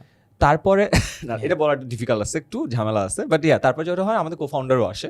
সো উই হ্যাভ 3 কো-ফাউন্ডার্স, অ্যান্ড আমরা ইনিশিয়াল ফাউন্ডিং টিম মেম্বারদেরকেও আমরা কিছু শেয়ারস দিই। সো ওইভাবে করে আমরা প্রাইভেট লিমিটেড কোম্পানি। আমাকে একটু স্ট্রাকচারটা বলো, যে যখন একটা কোম্পানি বিদেশ থেকে টাকা নেয় তখন আমরা ভাষা জানি, আমরা মিডিয়াম পোস্ট পড়ছি ইলিয়াস ভাইয়ের যে কিভাবে কি করতে হয়, সিঙ্গাপুরে এই খুলে ওই খুলে, একটু ভেঙে বলো যে কি হয় আসলে। যেটা হয় বাংলাদেশে ডিরেক্টলি কোম্পানিতে ইনভেস্ট করাটা একটু difficult because of a lot of policy level thing. So এটার কারণে যেটা হয়, যারা ইনভেস্টাররা আছে তারা তোমাকে বলবে যে তুমি একটা কোম্পানি খুলো either in Singapore or in US. এটা কিভাবে খুলে? তারপর সিঙ্গাপুর ইউএসএ কোম্পানি খোলা খুবই সহজ, তোমার ওখানে যাওয়া লাগে না। তুমি বাংলাদেশ থেকে ওখানকার এজেন্সি আছে, এজেন্সিকে বলবা, ওরা 1 সপ্তাহের মধ্যে তোমার কোম্পানি খুলে দিবে, তোমার ব্যাংক অ্যাকাউন্ট খুলে দিবে, তোমার একটা অ্যাড্রেস দিয়ে দিবে, কোওয়ার্কিং স্পেসের একটা অ্যাড্রেস দিয়ে দিবে, এবং একটা কোম্পানি কর্পোরেট সেক্রেটারি লাগে, কর্পোরেট সেক্রেটারি ওরাও অ্যাপয়েন্ট করে দিবে। পুরোটার জন্য ওরা একটা এজেন্সি ফি টাইপের নেয়। ব্যাক অ্যাট দ্যাট টাইম কত 2 লাখ টাকার মতো মেবি ছিল, এখন প্রবলি বাড়ছে। সো এটা 1200-1300 দিয়ে আপনি অনেক লেয়ার্স আছে, কোথায় করতে চাও তার উপর হ্যাঁ, হ্যাঁ, হ্যাঁ। এখন ধরো ডেলওয়্যারের সি কর্প অনেক মানুষ করে। ডেলাওয়্যারের সি কর্পটা এবং সিঙ্গাপুরটা হলো মোস্ট হ্যাঁ, কমন common। বাংলাদেশের জন্য, অ্যান্ড আমি যা দেখছি মোস্টলি মানুষ সিঙ্গাপুরেরটাই করে, অ্যান্ড সিঙ্গাপুরটা করাটা স্লাইটলি ইজিয়ার অ্যান্ড পরবর্তী কার্যক্রম সহজ হয়। ওকে, সো আমি সিঙ্গাপুরে একটা কোম্পানি খুললাম, এলটিডি খুললাম, Right. এরপরে বাংলাদেশেরটার সাথে সিঙ্গাপুরটা মিলায় কিভাবে? সো সিঙ্গাপুরের যে কোম্পানিটা আছে ওটাকে হোল্ডিং কোম্পানি বলে। ওই হোল্ডিং কোম্পানিটা তোমার যে লোকাল কোম্পানি আছে এটাকে অপকো বলে, operating company. So holding company holdco, operating company opco. Holdco অপকোর 100% শেয়ার ওন করে। হোল্ডকো অফকোর 100% শেয়ার Share করে, করে, হ্যাঁ। 100% কি 99%? ওই 99.9 একটা রিপ্রেজেন্টেটিভ লাগে, সো 100% ওন করে, অ্যান্ড দেন শেয়ারের যে dissemination or share transfer everything ওইটা হোল্ডিং কোম্পানি লেভেলে হয়। ওকে, আর তারপরে টাকা দেয় সবাই হোল্ডিং সব কোম্পানি। কোম্পানি হোল্ডিং কোম্পানিতে টাকা ঢোকে, অ্যান্ড দেন হোল্ডিং কোম্পানি যখন টাকা ঢুকে তখন ওইখান থেকেই টাকা আবার লোকাল কোম্পানিতে আনা হয়, so that you can do your thing. Local company থেকে হোল্ডিং কোম্পানিতে টাকা পাঠাইতে কি কোনো সমস্যা হ্যাঁ। হয়? পাঠানো যায় না তো বাংলাদেশের সো policy তে। তোমার, আমি জানি না এই প্রশ্নের উত্তর দেওয়া সম্ভব নাকি সম্ভব না। আমি যখন সম্ভব না। থার্ড আর একটা কোম্পানির হ্যাঁ। জন্য, আমি যখন পাঠাওয়ের জন্য, হ্যাঁ। আমি পাঠাও বাইক ইউজ করতেছি, হ্যাঁ। পাঠাওয়ের ওই লোকটাকে যে আমি টাকাটা দিলাম 50 টাকা আমাকে এখান থেকে এনে দেওয়ার জন্য, এই টাকাটা পাঠাওয়ের সিঙ্গাপুর কোম্পানিতে যায় কিভাবে? যায় না তো, যায় না, ওরা এখানেই খরচ করে ফেলে। সব এখানে। হ্যাঁ, হ্যাঁ। Okay, nice. So that's the problem. তাহলে ওই ওই যে legally- ইনভেস্টর সে টাকা পাবে কিভাবে? Right. So that's the question of exits. So there are few ways যেটা থ্রুতে ইনভেস্টর তোমাকে যে সিঙ্গাপুর কোম্পানিতে টাকা দিল সে টাকাটা পেতে পারে। এক, অ্যাকুইজিশন। তোমাকে আরেকটা বড় কোম্পানি অ্যাকোয়ার করে নিল। যখন অ্যাকোয়ার করে নিল ও তো সিঙ্গাপুর কোম্পানিটাকে অ্যাকোয়ার করবে, অ্যান্ড টাকাটা সিঙ্গাপুরেই দিবে। সিঙ্গাপুর থেকে তোমার ইনভেস্টর টাকা নিতে পারবে, ওকে, ওখান থেকে সে ওখান থেকে ওখান টাকা থেকে নিয়ে উঠায় গেল। নিল। হ্যাঁ। সো প্রবলেম হলো বাংলাদেশ থেকে তুমি দেশের বাইরে টাকা পাঠাতে পারবে মানে বাংলাদেশ থেকে আপনি সিঙ্গাপুরে কিন্তু কিছু পাঠাতে পারবেন পারবে না। না। হ্যাঁ। So that's the obstacle. So তোমার so the exit needs to happen at Outside. Singapore level. বুঝতে পারছি। Which is why first place এ ওইটাই করে। হ্যাঁ। সিঙ্গাপুরেই তো আগে ফর্ম করে। রাইট। সো একটা হলো তুমি অ্যাকুইজিশন, একটা বড় কোম্পানি অ্যাকোয়ার করলো, ওখান থেকে তোমার ইনভেস্টর টাকা নিয়ে চলে গেল। সেকেন্ড হইতে পারে তুমি সেকেন্ড একটা বড় রাউন্ড রেজ করলা, সেকেন্ড রাউন্ড যখন তুমি রেজ করছো অফকোর্স হায়ার ভ্যালুয়েশনে তোমার আর্লি ডেজের ইনভেস্টর তখন এক্সিট নিয়ে নিল। So that's a second way. Third way হইতে পারে তুমি যদি ওইখানকার স্টক এক্সচেঞ্জে লিস্ট করো। So these are ideally the three ways of which you can. তাহলে কি 10MS কখনো বাংলাদেশ স্টক মার্কেটে লিস্ট করতে পারবে না যদি? পারবে। ওকে, সো লোকাল লেভেলেও করা যায়। লোকাল, হ্যাঁ। ওকে, বাট তারপরে এই যে লাভ হবে, এই লাভ তো তখন আবার সিঙ্গাপুরে যাবে না। না, এটাই সিঙ্গাপুর যাবে মানে না। there is no point for the বাইরের ইনভেস্টর। বাইরে ইনভেস্টার। এই কারণে এখন গভর্নমেন্ট যেটা করতেছে এই পার্টটাকে নিয়ে তারা কাজ করতেছে, সো দ্যাট এখন তো যেটা বললাম যে acquisition is an exit, second একটা রাউন্ড, সেকেন্ড রাউন্ড রেজ করলাম, ওই তখন একটা এক্সিট হতে পারে, আইপিও বিদেশের আইপিও একটা এক্সিট হতে পারে, বাট এই তিনটাই কিন্তু খুবই কঠিন, right? Very very difficult. So এটার কারণে যেটা হয়েছে যে যারা ইনভেস্ট করতেছে তার জন্য এক্সিটটা কঠিন হয়ে যাচ্ছে। সো বাংলাদেশ গভর্নমেন্ট এখন চেষ্টা করতেছে, স্টার্টআপ বাংলাদেশ লিমিটেড একটা বিশাল ম্যান্ডেট, যে কিভাবে এই জিনিসটাকে সহজ করা যায়, বাংলাদেশ থেকেও বাংলাদেশ লেভেলেও জন্য আমাদের ইনভেস্টাররা এক্সিট পাইতে পারে, এবং যখন এটা পাবে তখন আরো অনেক ইনভেস্টার ইন্টারেস্টেড হবে। আচ্ছা, 10MS কয় বছর? 10 years. 10 years, মাশাআল্লাহ। মানে একটা পয়েন্টে there will be a time where you will stop raising funds. হ্যাঁ, বা ফান্ডস পাইলেন, how do you sustain? Because crazy লেভেলের। সো আমরা অফকোর্স তো টাকা কেন লাগে? Because you burn. What you mean by you burn? Because তুমি অপারেটিং লসে চলো। অপারেটিং লসে চলা মানে কি? তোমার দিন শেষে তোমার পিএনএল এর নিচে লাভ নাই, লস আছে। ওই লসের টাকাটা তুমি ইকুইটি মানি বা যে টাকাটা রেজ করছো সেখান থেকে কাভার করতেছো, রাইট? এখন at a point you figure out যে তোমার জন্য ইকুইটি মানি আরও ফার্দার রেজ করা কঠিন। আচ্ছা, and then comes the question of runway. Runway মানে হলো লেটস সে তুমি প্রতি মাসে 1 লাখ টাকা বার্ন করো, তোমার ব্যাংকে টাকা আছে 10 লাখ, সো তোমার রানওয়ে হইলো 10 মাস। প্রতি মাসে 1 লাখ টাকা করে করতে হবে, তো রানওয়ে মানে তুমি 10 মাস পর্যন্ত বেঁচে থাকতে পারবা। So whenever that question comes in, স্টার্টআপের ভাষায় 1 বছরের কম runway is like alert, red alert. 6 মাস মানে তুমি অলমোস্ট মরেই গেছো, বিকজ একটা ফান্ড ক্লোজ হইতেই 3 থেকে 6 মাস টাইম লাগে। সো এই সিনারিওটা আসা মানে তোমার এখন অন্য ব্যবস্থা করতে হবে। তুমি ফান্ড রেজ যেহেতু করতে পারতেছো না, তোমার কোম্পানির বার্ন কমায় আনতে হবে, মানে লসটা কমায় আনতে হবে। So same for us. So আমাদের যেহেতু বাংলাদেশে এখন আমরা দেখতেছি যে এই মোমেন্টে রিস্ক করাটা tough, we focused not on fund raising, rather on আমাদের নিজস্ব ইউনিট ইকোনমিক্স কীভাবে বেটার করা যায়। যেমন আমাদের অফলাইন সেন্টার 5টা আছে, that has already become profitable. তারপরে আমরা আমাদের অনলাইন বিজনেসে কাজ করছি, আমাদের অনলাইন বিজনেসে লাস্ট 3 মান্থস ধরে প্রফিটেবল। সো কনসলিডেটেড দুইটা মিলায় উই আর প্রফিটেবল। সো যখন we are profitable there is no question about runway. So আমরা যদি এখন আর নেক্সট কোনো টাকা রেজ নাও করি we are good to go. আচ্ছা, তো তাহলে কোয়েশ্চেন হলো তাহলে ভাইয়া সাউন্ডস গুড, তাহলে টাকা রেজ করেন কেন? Because it comes at a cost. তুমি যখন ইউনিট ইকোনমিক্স পজিটিভ করো, প্রফিটেবলি রান করো, তখন তোমার কিন্তু অনেক এক্সপেরিমেন্ট করার সুযোগ থাকে না। আগে তুমি অনেক ওয়াইল্ড বেটস নিতা, অনেক ওয়াইল্ড প্রোডাক্ট ট্রাই করতা, অনেক জিনিস বানাই টেস্ট করে ফেলতা, ওইখানে জিটিএম এর টাকাও ঢালতা। Because you're a startup, you're agile, right? 10টা করতে একটা হইতো, কোম্পানি অনেক বড় হইতো, গ্রোথ রেট বাড়তো, রাইট? তুমি তখন ওই সব জিনিসপত্র করতে পারবা না। So that's the downside of it. আমাদের কি মনে হয় ম্যাক্সিমাম আসলে কত 10ms একদম বেস্ট কেস সিনারিও কত বড় কোম্পানি হবে বলে তোমার মনে হয় বাংলাদেশে বাংলাদেশে বা সিঙ্গাপুরে দেখেছে কিনা তোমার? আমার একটা প্রশ্ন যে why aren't you guys going abroad? So for example আমার কাছে মনে হয় 1000 কোটি ইজি, বিকজ বাংলাদেশে 1000 কোটি টাকার এডুকেশন কোম্পানি আছে, বাট এই কোম্পানিগুলো কিন্তু offline. So this are not even coaching centre, this are like guide books, lecture Panjeree বছরে তোমার 700 থেকে 900 কোটি টাকা রেভিনিউ করে। দেখছো উইদাউট ফান্ডিং So সব লাগে না। কি lecture Panjeree. Panjeree, so around 700 crore টাকা রেভিনিউ করে। Books only. সো ওদের কোনো ফিজিক্যাল কোচিং সেন্টার নাই, ওদের কোনো অনলাইন প্রোডাক্ট নাই, কিছুই নেই। So that's crazy. সবাই কিনে, সব স্টুডেন্ট কিনে। সো 100%। তুমি দেখবা হলো 10ms করছে না কেন এটা? আমরা করতেছি, যেমন আমাদের এখন যতগুলো প্রোডাক্ট আছে, আমাদের প্রতিটা প্রোডাক্ট যদি পেইড প্রোডাক্ট কেউ কিনে, সাথে তোমার বইও চলে যায়। সো আমরা we are slowly getting into that market. যদি 1000 কোটি টাকার ব্যবসা হয়, 1000 কোটি টাকার রেভিনিউ ব্যবসা, তার মানে কোম্পানি ভ্যালুয়েশন কিন্তু ওয়ে হায়ার। সো তুমি যদি রেভিনিউ মাল্টিপল 5ও ধরো, ওর ব্যবসা যদি 1000 কোটি টাকার হয়, আপনাদের কি 5 রেভিনিউ মানে মাল্টিপল 5 আপনাদের ইন্ডাস্ট্রির কথা বলছি। আমাদের ইন্ডাস্ট্রি ভ্যারি করে, কারণ এইটা তো প্রাইভেট লিমিটেড কোম্পানি, তোমার রেভিনিউ মাল্টিপলগুলো পাবলিকলি কেউ বলে না। সো আমরা যে রাউন্ডগুলো রেজ করছি, উই রেজড অ্যাবাভ 5-6 এর উপরেই রেজ করছি। সো আই বিলিভ বাকি যারা রেজ করছে ওরাও 5-6 এর উপরে। এই 5 এর ম্যাথটা কি ইন্ডিয়ার 10x ওই অঙ্কটা নাকি? না, সো এইটা হইলো সিন্স ইটস আ ট্রানজাকশন, এটা কোনো ফিক্সড রুল অফ থাম নাই। I wouldn't say fixed rule of thumb আছে, একটা ইন্ডাস্ট্রি ওয়াইজ একটা নাম্বার আছে, বাংলাদেশের জন্য নাই, বিকজ বাংলাদেশে খুব কম কোম্পানি রেজ করছে। বাংলাদেশে রেজ করছে 2টা কোম্পানি এর থেকে, রাইট? সো আরও কয়েকটা রেজ করছে, বাট বড় টাকা রেজ করছে। সো ওইটা একটা ধরে নেয়। বিদেশে যেমন কোয়াইট ফিক্সড, তুমি স্যাস কোম্পানিগুলোর একটা ফিক্সড মাল্টিপল আছে, ই কমার্সগুলো একটা ফিক্সড মাল্টিপল আছে। বাংলাদেশে আসলে এটা খুব একটা নাই, সত্যি কথা যদি আমি বলি।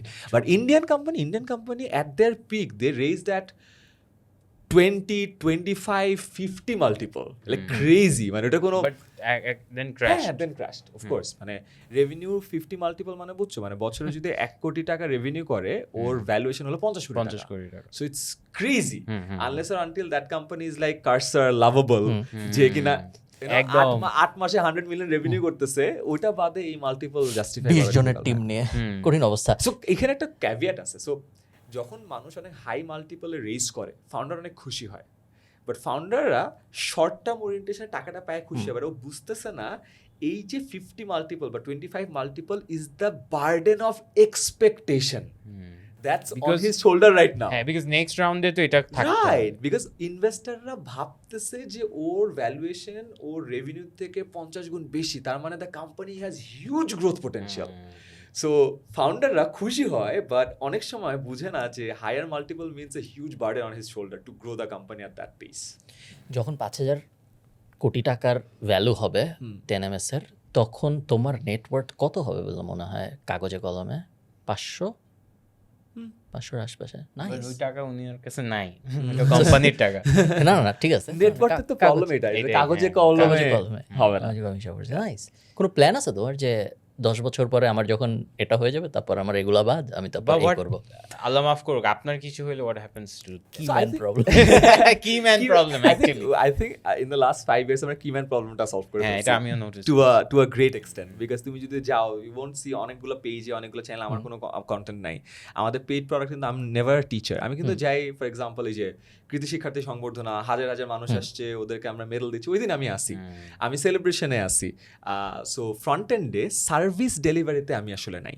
সো যেটা হয়েছে, আমাদের টিম মেম্বাররা এখন যেটা আছে, ইন্ডিভিজুয়াল ডিপার্টমেন্টগুলো লিড করতেছে, I see probably 5 years down the line I can very much say someone would be more than capable enough to replace me. আর এটাকে যদি ফাস্ট ট্র্যাক করা যায় তো আরও ভালো। But how do you keep them, because আপনার তো ইকুইটি আছে, হ্যাঁ। How do you keep them? আমাদের ইসপ আছে। ইসপ হলো এমপ্লয়ি স্টক অপশন প্ল্যান, যেটার মাধ্যমে তুমি তোমার কোম্পানির এমপ্লয়ীদেরকেও তোমার কোম্পানির ওনারশিপ দিচ্ছ, রাইট? সো আমরা যখন কোম্পানি ফর্ম করছি, but is this like until they stay, how does this work? So it's interesting, আমরা যখন ফান্ড রেজ করছিলাম আমাদের যে ইনভেস্টর ছিল ওরাই ফুল 100% ওনারশিপ থেকে 10% ওরা আমাদেরকে আগে থেকে বলছে যে you keep it separate for ESOP. So আমাদের কোম্পানির ডে 1 থেকে 10% of the entire company's ownership separate করা আছে, so that we can give it away for our employees. So wait, so এই 10%টা কিভাবে হয়? এই 10% আমরা আলাদা করে রাখছি, এটাকে ইসপ বলে। হ্যাঁ, না ESOP ওটা pool বুঝছি, বলে। বাট লাইক হু গেটস ইট? আচ্ছা, সো এটা রুল হইলো বলি খুব সিম্পল। লেটস সে আমি স্ট্রাকচার্ড ভার্সনটা বলি। মনে করি একজনের বেতন, আমার 10 MS কাজ করছে, ওর বেতন 1 লাখ টাকা, ঠিক আছে? সো আমরা একটা স্যালারি মাল্টিপল ধরি। স্যালারি মাল্টিপল মানে 1 লাখ টাকা, তার মানে বছরে তুমি কামাও হইলো লেটস সে 12 লাখ টাকা, ঈদের বোনাস সহ লেটস সে 14 লাখ টাকা। 14 লাখ টাকা। আচ্ছা, সো স্যালারির 2x বা 3x, মানে 14 লাখের 2x হলো 28 লাখ, 3x হলো 42 লাখ। তুমি 42 লাখ টাকা ওয়ার্থ অফ স্টক পাবা 10 মিনিট স্কুলের। কখন পাবো? আচ্ছা, এখানে দুইটা টার্ম আছে, একটাকে বলা হলো ক্লিফ, একটাকে বলা হলো ভেস্টিং। ভেস্টিং মানে ভেস্টিং এর একটা পিরিয়ড থাকে, let's say 4 years. Usual standard হলো 2 ইয়ার্স ক্লিফ, 4 ইয়ার্স ভেস্টিং। মানে এই যে 42 লাখ টাকার স্টক আছে, এই স্টকটা তুমি 4 বছর ধরে পাইতে থাকবা। 1 বছর পর 1/4 পাবা, 2 বছর পর Divide by 2/4, 4 হ্যাঁ 3 বছর পর 3/4, 4 বছরে যায় ফুলটা পেয়ে যাচ্ছ। আচ্ছা, ক্লিফ কি? ক্লিফ হলো 2 বছরের ক্লিফ থাকে। 2 বছর ক্লিফ মানে প্রথম 2 বছর তুমি কিছু পাবা না, 2 বছর তোমাকে থাকতেই হবে। The moment you hit 2 years করলে তুমি প্রথম 2 বছরটা পেয়ে যাবা। So cliff and vesting, standard cliff and vesting হলো ক্লিফ থাকে 2 বছরে, ভেস্টিং থাকে 4 বছরে।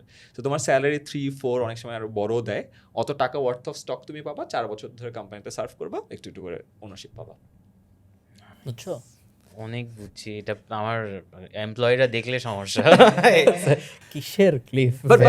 But it works. মানে Yeah. কোম্পানির ওনারশিপ really matters, because বাংলাদেশের কোম্পানিতে ফাউন্ডাররা যেমন বলেন মরে যাচ্ছি, ইটস বিকজ আমার মতো কেউ দেখতেছে না, বিকজ তোমার মতো কেউ তো দেখার Incentive কথাও নাই। গ্যারি ভি কথাটা খুব বেশিবার বলে যে তোমার যেই জ্বালা, ওই জ্বালা তো তোমার এমপ্লয়ীদের থাকবে না, বিকজ ও তো ওন করে না। তোমার নিজের কোম্পানির ব্যাপারে যে জ্বালা আছে, তোমার দেশের ব্যাপারে জ্বালা আছে, দেশটাও তো তোমার, but do you own that? You don't own that, right? Because তোমার মনিটারি ইনসেন্টিভ আছে, তুমি এটা যে আপসাইডে you get the upside benefit, কারো তো এটা নাই। সো এইটা যদি স্ট্রাকচারালি করা যায়, that's great. Why do you think profit share-টা and এটার is different? প্রফিট শেয়ারও আছে, যেমন আমরা রিসেন্টলি প্রফিট শেয়ার ওপেন করছি, বিকজ আমরা তাকে প্রফিট করতাম না। So finally we started doing profits. আমরা এই যেহেতু জুন মাসে we turn profitable consolidated, so finally we started profit sharing as well. Nice. আমার অনেক প্রশ্ন আছে, সরি আপনি Yeah. বলেন। আমি একটু অন্যদিকে যেতে চাই, যে অনেকক্ষণ আগে আমরা আলাপ করতেছিলাম যখন এআই নিয়ে, তখন আমি একটা জিনিস জিজ্ঞেস করতে চাইছিলাম যে এআই আসার পরে তোমার Teacher-দের। হয়তো টিচারদের ওই অ্যাঙ্গেলে আমি, বাট জেনারেল প্রশ্ন যে যিনি এখন ইউনিভার্সিটিতে পড়তেছে তার আসলে এআই এর যুগে কি শেখার চেষ্টা করা উচিত বলে মনে হয় তোমার, যাতে সে অনেকদিন পর্যন্ত রেলেভেন্ট আই থাকে? থিঙ্ক আমি ওই পেসিমিস্টিক অ্যান্সারটা দিয়ে এটা শুরু করি, বিকজ আমার কাছে না এই প্রশ্নের আফটার আ লং টাইম অ্যান্সারটার ব্যাপারে আমি confused. For the past 10 years আমি বাংলাদেশের 70-80টা ইউনিভার্সিটিতে মাল্টিপল টাইম সেশন দিয়েছি, মানে half the university I have been there, I know the kids, and আমি খুব কনফিডেন্টলি ওদেরকে বলতাম যে you know what, these are the 3 things, let's say যে ল্যাঙ্গুয়েজ শিখো, এই সফটওয়্যারসগুলো শিখো, এই সফট স্কিলস শিখো, you are done my friend, you can do very well. মানে আফটার 10 years আমি আসলেও কনফিউজড, সত্যি কথা যে আমি আসলে দেখতে পাই না যে একটা ফ্রেশ গ্র্যাজুয়েট 1 বছর পর ও কি কাজ করবে বা ওকে কিভাবে এমপ্লয়েবল করা যায়। সত্যি কথা, মানে for 10 years I was very confident, I knew it, and আমি এটা বলে বেড়াতাম, মানে if you see my videos I am very confident, you know, কমসটা বেটার করো ভাই, ইংলিশটা শিখো ভাই, ওয়ার্ড এক্সেল পাওয়ার পয়েন্ট শিখো, ইউ নো, একটা চাকরি পাবা, না পাইলে 10 minutes গুলো তো 100 মানুষ নেয়, আমি নিব, অসুবিধা নাই।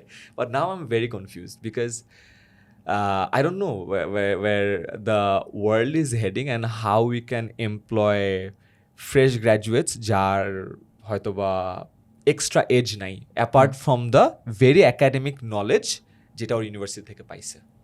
আমি আসলে কনফিউজড। বাট কোনো কিছু কি আছে যেটা মনে হয় যে হ্যাঁ এটা হইলেও হইতে পারে?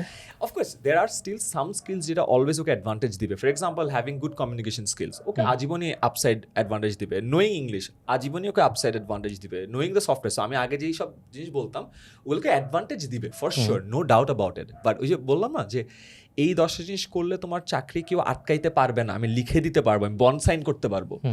এখন আমি বন্ড সাইন করতে পারবো না কেন? বিকজ আমার কাছে মনে হয় যে এই 10টা জিনিস শিখে আসা মেবি 1 লাখ বাচ্চা আছে, আমার কাছে মনে হয় না বাংলাদেশে 1 লাখ ভালো চাকরি আছে। তোমার কি মনে হয় 5 বছর পরে এখন যদি আমাদের বছরে 21 লাখ বা 41 লাখ এই দুটো নাম্বারের একটা সম্ভবত বেকার বছরে বের হয়, আমরা আরেকটু অন্যভাবে দেখতে পারি, 12 বছর 6 লাখ গ্র্যাজুয়েট বের হয়। So, আমি Okay. শিক্ষিত মানুষ 6 লাখ বলি। বেকার বের হয়। না ওরা তো মাত্র বের হয়েছে তো বের বেকারই হয়েছে, থাক, এটা বেকার বলা default- উচিত না, বাট default ইয়া বাট বেকার। হ্যাঁ ডিফল্ট। মানে এটা যেমন বলি যে তোমার graduation day is a very bitter sweet day, because আগের দিন ইউ আর এ স্টুডেন্ট, হ্যাঁ টু রাইলা তুমি বেকার, unless for very few people যাদের চাকরি অলরেডি লকড। সো 5 বছর পরে জায়গায় আমরা দেখবো যে বছরে 21 লাখের জায়গায় 1 কোটি বেকার, নাকি ভালো কিছু হবে? আমি জানি না, বাট আমার ম্যাক্রো ইকোনমিক্সের আইডিয়া তো আসলে নাই। আমি আমার সারাউন্ডিংসে যা দেখি সেটা দেখে বলতেছি। বাট আমার কাছে মনে হয় বেকারত্বের সমস্যা সমাধান করার স্পেশাল কোনো ইনিশিয়েটিভ যদি না আসে, এফডিআই যদি বাংলাদেশে না আসে, লেটসে ইপজেডগুলো বড় বড় ইনফ্রাস্ট্রাকচার হইলো, বড় বড় ইন্ডাস্ট্রি আসলো, লাইক স্যামসাং এসে প্ল্যান্ট বসাইলো, হিউন্ডাই এসে প্ল্যান্ট বসাইলো, অ্যাপেল এসে ম্যানুফ্যাকচারিং শুরু করলো, এই টাইপের বড় বড় জিনিসপত্র বা এফডিআই যদি না করতে পারি, অর দেশের মানুষকে বিদেশে যদি না পাঠাইতে পারি, এই দুটো যদি না হয়, কারেন্ট ইকোনমিক স্টেটাসে বেকারত্বের হার বাড়বে। এফডিআই ফরেন ডিরেক্ট ইনভেস্টমেন্ট হ্যাঁ। আসার থেকে প্রবাবিলিটি যদি আমরা চিন্তা করি, না আসার চান্স কি বেশি মনে হয় না? শুধু আমি হ্যাঁ। রাজনৈতিক প্রেক্ষাপটে বলতেছি না, জাস্ট তুমি যদি Just as Samsung a country economics. তুমি যদি স্যামসাং হইতা, তোমার হাতে যদি অপশন থাকতো যে আমি অমুক দেশে যেতে পারি, অমুক দেশে যেতে পারি, অমুক দেশে যেতে পারি, ওই যে পলিসি বাফারের একটা জায়গা আছে, so there are special policies that you create for that company to come here, right? Okay, কিছু বেনিফিটস দিচ্ছ। সো এইটা হইলে যেটা হবে, একটা প্ল্যান্টে লেটসে 10-20 হাজার মানুষের কর্মসংস্থান হয়। সো এইটা একটা ওয়ে। এইটা ছাড়া আমি দেখতেছি না যে কারেন্ট যে ইকোসিস্টেম আছে এইখানকার এত অ্যাবজর্পশন পাওয়ার নাই, মানে গ্র্যাজুয়েটদেরকে অ্যাবজর্ব করে কর্মসংস্থানে ঢুকা। আবার বাইরেও যেতে পারবো না, কারণ আমাদের পাসপোর্টের অবস্থা খুব একটা ভালো না। হ্যাঁ, এসব জায়গায় ঘুরতে যেতে পারতো, যাওয়ার- তাই বলবো। হ্যাঁ, পারবো। আমার কাছে মনে হয় যে বাইরে যাওয়াটা should be a central policy for Bangladesh, যে ইটস লাইক একটা স্কিল, একটা ল্যাঙ্গুয়েজ, একটা দেশ, অনেকগুলো স্কিলস থাকবে, অনেক একটা ল্যাঙ্গুয়েজ থাকবে, অনেকগুলো দেশ থাকবে, দেন এভরিবডি কামস ইন, ওকে একটা প্যাকেজ ধরাবে, মানে বুঝছিস না, মানে বুমার্সের খাবারের মতো, যে এইটার একটা ল্যাঙ্গুয়েজ, Checklist. হ্যাঁ এই স্কিল, এই ল্যাঙ্গুয়েজ, এই- এই দেশ, হ্যাঁ তোমার প্রসেস করতেছি, তুমি পাঠাবা। এইটা যদি করতে পারি তাহলে একটা খেলা আছে, বড় বড় প্ল্যান্ট আসলে খেলা আছে। বাট এছাড়া আমার অনেস্টলি মনে হয় বেকারত্বের হার অনেক বাড়বে, মানে অনেক বাড়বে। অ্যান্ড এটার আমি এখন পর্যন্ত আর কোনো ওয়ে দেখি না। আপনি টেনএমএস এ কয়জনকে বাদ দিচ্ছেন আফটার এআই? বাদ রিডিউস আমরা হায়ারিং একদম কমাই দিছি।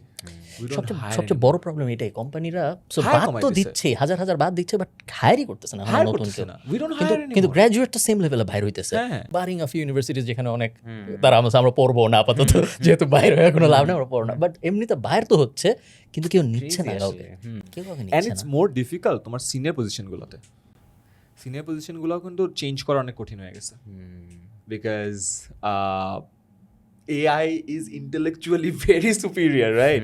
So it's I think direct finance ছাড়া সবই মোটামুটি AI Finance ও? না, টাকা তো নিতে হবে মানে consultancy business, Consult- right? হ্যাঁ। Consultancy business was always regarded as a superior thing, right? You know, McKinsey আসবে, BCG আসবে, একদম শেষ। you know, suited people আসবে, তোমার বিজনেস দেখবে, তোমারে এমন দিবে, তুমি উড়ে যাবা। Now মানে every layman has ChatGPT worth, you know, 10 McKinsey. Act as a BCS, হ্যাঁ, হ্যাঁ। BCG consultant, consultant। এবং আমাকে এটা বল। হ্যাঁ, right? And it's so much better. The founder of whoever founded the whole tech behind AI, উনি না বলছিল যে be a plumber now?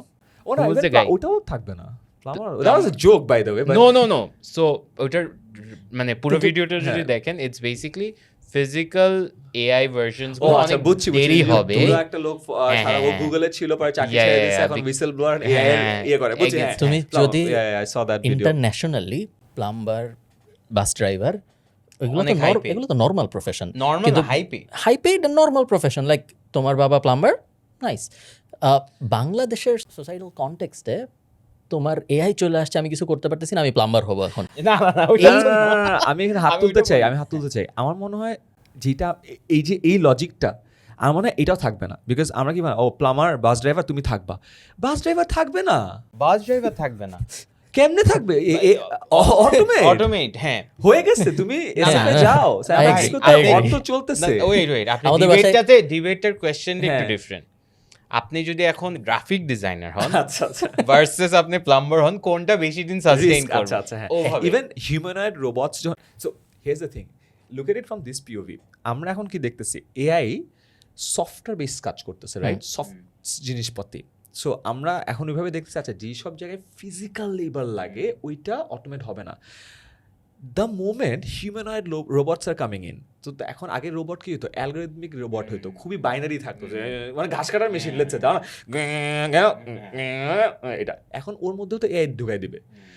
Just imagine একটা রোবটের শক্তি তো মানুষের থেকে বেশি হবে, স্পিড মানুষের থেকে বেশি হবে, এন ওর বুদ্ধি হলো এআই। যেটা মানুষের থেকে বেশি টু সাম এক্সটেন্ট হ্যাঁ, পিএইচডি লেভেল বুদ্ধি। ফানিয়েস্ট জিনিস, আমি যখন এগুলো নিয়ে কথা হচ্ছিল আই ওয়াজ লাইক মেবি আমি এমন একটা স্কিল জানি মানে হোস্টিং, যেটা কখনো রিপ্লেস হবে না। কাট টু, আমি একটা এরকম ইভেন্টে দেখি, কনসার্টে, যেখানে এআই ওয়াজ দ্য হোস্ট, কোনো ব্যাপারই না, আমার এত আইডেন্টিটি ক্রাইসিস হয়েছে because they replaced me with a হ্যাঁ। Voice, with a with a voice. And just চিন্তা কর, ওইটার জায়গায় তোর জায়গায় একটা সুন্দর মানুষও আসবে, ওর তো একটা রোবট আছে, এটা দেখার জন্য তো মানুষ থাকবে, রাইট? হ্যাঁ, so there is no answer. আমাদের বাসায় আমরা মাঝে মধ্যে ড্রোন দিয়ে ডেলিভারি নিই, বুঝছো? হ্যাঁ। খুব বেশি রেস্টুরেন্ট সাপোর্ট করে না, বাট জাস্ট বিকজ ড্রোন দিয়ে ডেলিভারি দেয় দেখে দেখতে আমরা ভালো লাগে। আমরা ওই দেখতে রেস্টুরেন্টগুলো ভালো থেকে বেশি বেশি অর্ডার দিই, কারণ ব্যাকইয়ার্ডে just- সুন্দর একটা দড়ি পরে দেখতে Yeah, সুন্দর yeah, লাগে yeah. জিনিসটা। বাট হ্যাঁ, তাইলে তাইলে you don't have an answer. তাহলে আমরা করবোটা কি? কর্মসংস্থান is a very bleak. For example বাইরের দেশে তো অবস্থা খারাপ, বাংলাদেশে তো অনেক অবস্থা খারাপ। আমি আসলেও যে, বিকজ আমি তো অ্যাকাডেমিক্স, সো আমি প্রচুর ইউনিভার্সিটি টিচার, স্টুডেন্ট, ইউনিভার্সিটিগুলোতে যাওয়া হয়, ওদের কারিকুলামগুলো আমরা দেখি, রাইট? রেগুলার যে কী পড়তেছে না পড়তেছে। সাদমান, ও তো দুটা মাস্টার্স করতেছে, ওর সাথে আমার যখন কথা হয়, আগেই তো একটা কথা ছিল যে অ্যাকাডেমিক্স যেই লেভেলে যাচ্ছে, ইন্ডাস্ট্রি অনেক ফাস্ট আগাচ্ছে, so there was always a gap, and গ্যাপটা আজীবন বাড়ছে। লাস্ট 3 বছরে অ্যাকাডেমিক্স তো ওইখানেই আছে, ওর তো বাড়া কমা নাই। ইন্ডাস্ট্রি তো ভাই যে 3-4টা জাম দিছে, ওর দরজা থেকে বাইরে হয়ে গেছে। Now the gap is not a gap, it's there is no connection, নাই। সো ইটস ভেরি ডিফিকাল্ট যে একটা মানুষকে 4 বছর ধরে তুমি এমন একটা জিনিস শিখাবা যেটা ওয়ান অফ দ্য কোর, এটা নিয়ে আমরা ডিবেট করতে পারি ইউনিভার্সিটি এডুকেশনের পারপাস কি, ওকে এমপ্লয়েবল করা নাকি ওকে জ্ঞানের জিনিসপত্র, ওই ডিবেট আমরা না গেলাম। বাট একটা তো মাইনার রিজন হলো একটা রিজন যে ওকে এমপ্লয়েবল করা, বাট এমপ্লয়েবিলিটির জায়গাটাতে যেই জব কাজ করা দরকার, এটার গ্যাপটা এত বাড়তেছে যে দিনকে দিন ডিফিকাল্ট হয়ে যাবে। তখন আসলে হবে কি, যখন আমাদের দেখবো আমাদের 1 কোটি Creative মানুষ আছে, কাজ প্রত্যেক করবো। কিসের ক্রিয়েটিভ কাজ, হুদাই এমনি কার জন্য কি কমেডি করব। তুমি তোমার কথা বলছো? এটা ডিফিকাল্ট। আগে মানুষ ভাবতো যে এআই আগে র্যান্ডম কাজ করবে, হ্যাঁ। ক্রিয়েটিভ কাজ পরে করবে, না, উল্টা না, উল্টা করছে। করছে। ও আসছে আরো creative creative কাজ হয়ে নিয়ে। আমরা গত 1 বছর না, গত 6 মাসে আমরা কোনো মানুষ নেই নাই। আমার জন্য ফিক্সড ছিল প্রত্যেক 5টা ক্লায়েন্টে আমি নতুন একটা ম্যানেজার নিতাম, ক্লায়েন্ট রিলেশনশিপ ম্যানেজার ফিক্সড, প্রত্যেক 5 ক্লায়েন্ট একজন নিতাম। গত ক্লায়েন্ট আসতেছে, আমরা এখন আর কাউকে নিচ্ছি না, জিরো এটা এফেক্ট, সব জায়গায় হচ্ছে, জিরো বলবো না এফেক্ট। কাকে কত বাদ হচ্ছে, ওইটার কোয়েশ্চেন থেকে বড় কোয়েশ্চেন, কোনো কোম্পানি হায়ার করতেছে না। দেয়ার আর বিগ কোম্পানিজ যারা প্রতি বছর একটা নির্দিষ্ট সংখ্যক এমটিও নিচ্ছে না। এমটিও কিন্তু এমনি প্রতিটা বড় কোম্পানি 5টাই নেয়, রাইট? ওইটাও যখন না নিবে তখন তুমি কি করবা? নিচ্ছে না, দরকার নাই। আর এমন না যে আপনি ব্যবসা করতে বলবেন, ব্যবসাও তো অপরচুনিটি কমে যাবে। ব্যবসা কিনবে কে যদি কারো টাকাই না থাকে? তোমার হ্যাঁ, আমার জিডিপি যদি economy কমে, ফল করছে না, বাংলাদেশের টোব্যাকো ইন্ডাস্ট্রি ফল করতেছে, বিএটির নাম্বারস ডাউন, বাংলাদেশের এফএমসিজি ইন্ডাস্ট্রি ফল করছে। টোব্যাকো বা এফএমসিজি কখন ফল করে? যখন মানুষের পকেটে আসলেও টাকা থাকে না। টাকা না থাকলে মানুষ কখনো সাবান ব্যবহার আর সিগারেটের ব্যবহার কমায় না, আনলেস অর আনটিল ও অ্যাফোর্ড করতে পারতেছে না, right? So it's a critical scenario. So আমি কালকেও যেমন আমি সাদমানকে বলতেছিলাম, যেহেতু ও তো টিচার হবে, সো বলছিলাম যে কি হবে এই যে এত স্টুডেন্ট পাশ করে বাইরে হবে, দেন ওদের কি হবে? এখানে বললাম না, আমি আসলেও এই কোয়েশ্চেনে confused. So it's a tough time. এখন যে বাইরেও যাচ্ছে, বাইরেও কিন্তু খুবই বাজে অবস্থা। হ্যাঁ, So it's like, that is not the solution. যে পুরো দেশ দুনিয়ায় থেকে- বাজে অবস্থা, আমরা যেহেতু অলরেডি বাজে অবস্থার মধ্যে ছিলাম, আমাদের আমাদের অবস্থা আরো বাজে। এবং আমাদের কম্পিটিশনও আশেপাশে মাশাআল্লাহ And এটা একটা প্রবলেম হচ্ছে বিভিন্ন জায়গায় এইসব কথা বলতে গেলে এখন আমরা যে ডিনায়াল ফেজে আছি তো নেগেটিভ হ্যাঁ আমি কিছু হবে না। কিছু হবে না তো আমি মাসখানেক আগে একটা সিরিজ বানানো শুরু করছি যে আমি স্টুডেন্ট সবার জন্য এআই করবো না, বাদ দাও, আমি জাস্ট স্টুডেন্টদের জন্য কীভাবে এআই ইউটিলাইজ করতে হয় শেখাবো। তো ভিডিওগুলো বাইর করছে, ভিডিওগুলো বেশ পপুলার হয়েছে, লাইক একটা platform 3 million 4 million, but there was a certain kind of a negative comment. Then আমার টিম একটা অ্যানালাইসিস দেয়, So আমি এখন নেগেটিভ কমেন্ট দেখি না, বিকজ এত দেখলে টু মাচ প্রতিদিন আমাকে গালি দেয় কতই বাদে আমাকে আমার কন্টেন্ট ইউজুয়ালি ফ্ল্যাগ করে না, so it's like yellow flag. কি হয়েছে, আমি তো খুব ভালো পড়াশোনাতে এআই কিভাবে ব্যবহার করতে হয় খুব ভালো কন্টেন্ট বানাইছি, এটাতে খারাপ কি হইতে পারে? আচ্ছা ভালো কথা। তো বলছে কমেন্ট আসতেছে যে সব যদি এআই করে দেয় তাহলে স্টুডেন্টরা কি করবে? আমি বলছি আচ্ছা এখন তো চলে আসে না, আমি তো না বললে যে ওরা করবে না এটা এমন কোনো কথা না, আমি তো আনি নাই আমি তো আনি না। ইন্টারনেট ইউজ করতে দিও না, সো গুড। যেমন আমি একটা অনেস্ট বলি, so I was making a video যে তুমি যে কোনো বইয়ের একটা পৃষ্ঠার ছবি তুলো, ও এটাকে সামারাইজ করে দিবে, চাইলে ভয়েসও তোমার বুঝাই দিবে, right? Beautiful video. You know what happen, ভিডিওর মাঝখানে ভিডিও রেকর্ড হচ্ছে, ছবি তুললাম, ও সামারাইজ করে দিল। আচ্ছা সামারাইজ করার পর ভিডিও শেষ হয়ে যাওয়ার কথা, মানে ভিডিও শেষ করিনি কেন? বিকজ ও অটো একটা সেকেন্ড প্রম্পট দেয় না, সেকেন্ড প্রম্পট কি ছিল জানো? সেকেন্ড বলছে আচ্ছা তুমি কি চাও আমি এখন এইটুকুর মধ্যে থেকে তোমাকে 10টা এমসিকিউ বানায় দিই? আমি বলছি yes, because that was my second video যে এআই দিয়ে কীভাবে এমসিকিউ বানানো যায়, বাট ও একটা প্রম্পটে করে দিল। তুমি কিছু আমি একটা অ্যান্সার দিয়ে দিই, কি প্রম্পটিং ছিল? I just shed yes, answer দিত। তুমি কিছু আমি এটা থেকে সিকিউ বানায় দিই। সো বাংলা মিডিয়ামে সিকিউ, এমসিকিউ, এসকিউ 3টা ফর্ম্যাট থাকে। এমসিকিউ মানে তো এমসিকিউ, সিকিউ মানে creative questions long form, SQ মানে শর্ট কোয়েশ্চেন। আমি যে হ্যাঁ তুমি কি চাও এটাকে অ্যান্সার দিতে? হ্যাঁ। সো আমার যে 3টা ভিডিও ছিল, একটাতে আমি সামারাইজিং শেখাবো, একটাতে আমি এমসিকিউ বানানো শেখাবো, একটাতে আমি সিকিউ বানানো শেখাই দেবো, এবং ওটার জন্য প্রম্পট ছিল। আমি বলছি প্রম্পট লাইব্রেরি শেখানোর দরকার নাই, তুমি ছবি দিয়ে শুরু করছো, ওই বলে দিচ্ছে। আমার 3টা ভিডিও একটা ভিডিওতে হয়ে গেছে। প্রম্পট ইঞ্জিনিয়ারিং, প্রম্পট ইঞ্জিনিয়ার হওয়ার সমস্যা কি? তাই নাকি? এখন দেখা যাচ্ছে যে প্রম্পট ইঞ্জিনিয়ারিং ও দরকার নেই, প্রম্পট অটো প্রম্পট জেনারেট আগে করে। বললাম যে ইংলিশ শিখো, ইংলিশ লাগবে না, বাংলায় বললে করতেছে, বাংলায় বললে করতেছে, কোনো কিছুই করার নেই। আই থিংক জন্ম হওয়াটাই ভুল। যে এখন বলছেন আগে তো প্রোগ্রামিং ল্যাঙ্গুয়েজ, এখন বলতো না English is the biggest programming language, এরপরে বলবো না your native is your biggest programming language. তারপরে এটাও বাদ দে, তাহলে তোমার নেটিভও দরকার, তুমি চিন্তা করো, বিকজ তোমার যখন নিউরাল লিঙ্ক থাকবে তুমি চিন্তা করো একটা এরকম অ্যাপ দরকার। আমরা তো কোনোদিনই ইউবিআই টাইপ জিনিসপত্র যাইতে পারবো না, তাই না? আমরা কখনোই জানি না, বাট সবাই তো বলতেছে ইউবিআই আসবে, universal basic income. So it's like সারা পৃথিবীর সব কাজ অটোমেট করে দিছো। সো অটোমেশনের একটা ভালো জিনিস হলো তোমার ওভারঅল উৎপাদন বাড়বে, খাবার বাড়বে, কাপড় বাড়বে, সব তুমি অটোমেট করছো, কম ইনপুটে হায়ার আউটপুট আসতেছে। সো তখন মানুষের তো আসলে এমন একটা পর্যায়ে চলে যেতে পারে যে মানুষের কাজের দরকার নেই, বাট মানুষগুলো তো বেঁচে থাকতে হবে। So the governments would fix an amount, যে অ্যামাউন্টটাকে বলা হবে ইউনিভার্সাল বেসিক ইনকাম, কান্ট্রি ভেদে একটু আলাদা হবে, যে সব মানুষ এটা টাকা পাবে কিছু না করে। আমার বেকার ভাতা, বেকার ভাতা বেসিক্যালি, হ্যাঁ অ্যাকচুয়ালি তাই। এটা হলো গণ বেকার ভাতা, সবাই, হ্যাঁ সবাই, সবার জন্য গণ বেকার। আপনি যদি এখন 10ms না করতেন, আপনাকে যদি বাংলাদেশের জন্য একটা এআই বিজনেস বানাইতে বলতো, আপনি কি বিল্ড করতেন? Good question, very good question, copy করবো very good question. I don't know actually, কারণ বাংলাদেশ থেকে তো আমি এলএলএম বানাতে পারবো না, we don't have that capacity. So either একটা র্যাপার বানাইতে হবে, অথবা র্যাপারই বানান, সমস্যা নেই, ওইটাও অনেকে ইউজ করবে। আমি যেটা করতাম, কনজিউমার টেক বানাইতাম না, আমি B2B টেক বানাইতাম। Like what? আমি জানি না সেটা কি, কারণ consumer tech I feel like it's getting impacted so fast, so frequently, it's very difficult to হ্যাঁ B2B বলতে বুঝাচ্ছি, ফর এক্সাম্পল তোমার মনে করো ব্যাংকের অনেক কাজ আছে, রাইট? ওই work floor probably there are certain few work flow যেটা এআই দিয়ে অটোমেট করা যায়। সো যে কোনো একটা ইন্ডাস্ট্রির কোন একটা ওয়ার্ক ফ্লোর একটা পার্ট যেটা এআই দিয়ে অটোমেট করা যায়, ওরকম কিছু একটা খুঁজে বের করার চেষ্টা করতাম। But don't you think that's a hard sell? It's a hard sell, but ওই যে একটু স্টেবল সেল। কেন B2C না? Same reason, because AI B2C যেমন যত B2C কোম্পানি হচ্ছে, it's shifting. AI for example ChatGPT একটা ফিচার বানায়, 500 এআই স্টার্টআপ মরে যায়, হ্যাঁ true, right? That's what's happening. Let's say কেন আমরা প্রম্পট ইঞ্জিনিয়ারিংয়ে পচাইলাম, বিকজ এখন তোমার প্রম্পট লিখে প্রম্পটটাকে বেটার করা যায়, right? So I was watching, so ইন্ডিয়ার ইউটিউবার ধ্রুব রাঠি, ও তো একটা এআই প্রোডাক্ট লঞ্চ করছে, কম্বাইন করে সবগুলা। তো ফার্স্ট অফ অল আমি চিন্তা করলাম যে এত কমে দিচ্ছে কেন, পরে দেখলাম টোকেন কাউন্ট যে 4 lakh token count, so if you বাল্কে নাও ও প্রফিট করতেছে। সো ওর দুটো ফিচার ভালো লাগছে, একটা হলো একটা প্রম্পট দিবা সবগুলো ইয়ে থেকে আসবে, একটা হলো তুমি একটা বাজে প্রম্পট দিবা ও ভালো প্রম্পট করবে, তাহলে অনেক এটা তো জোস। অ্যান্ড তখন আমার মনে হলো আচ্ছা অন্য এআইগুলো আনে না কেন, ফাস্ট ফরওয়ার্ড 2 মান্থস নিয়ে আসছে এখন ChatGPT হাফ করে দিচ্ছে ওদের price। একসময় হয়তো আর বাজে প্রম্পট ভালো প্রম্পট লাগবে না, বাজে প্রম্পট থেকেই বুঝে ভালো GPT 5-6 এ থিঙ্ক অফ ইট, তুমি এআইকে যখন বাজে প্রম্পট দিচ্ছ, এআই ওটা বেটার করতেছে, তারপরে ওই ভালো প্রম্পট থেকে ওটা ভালো আউটপুট দিচ্ছে।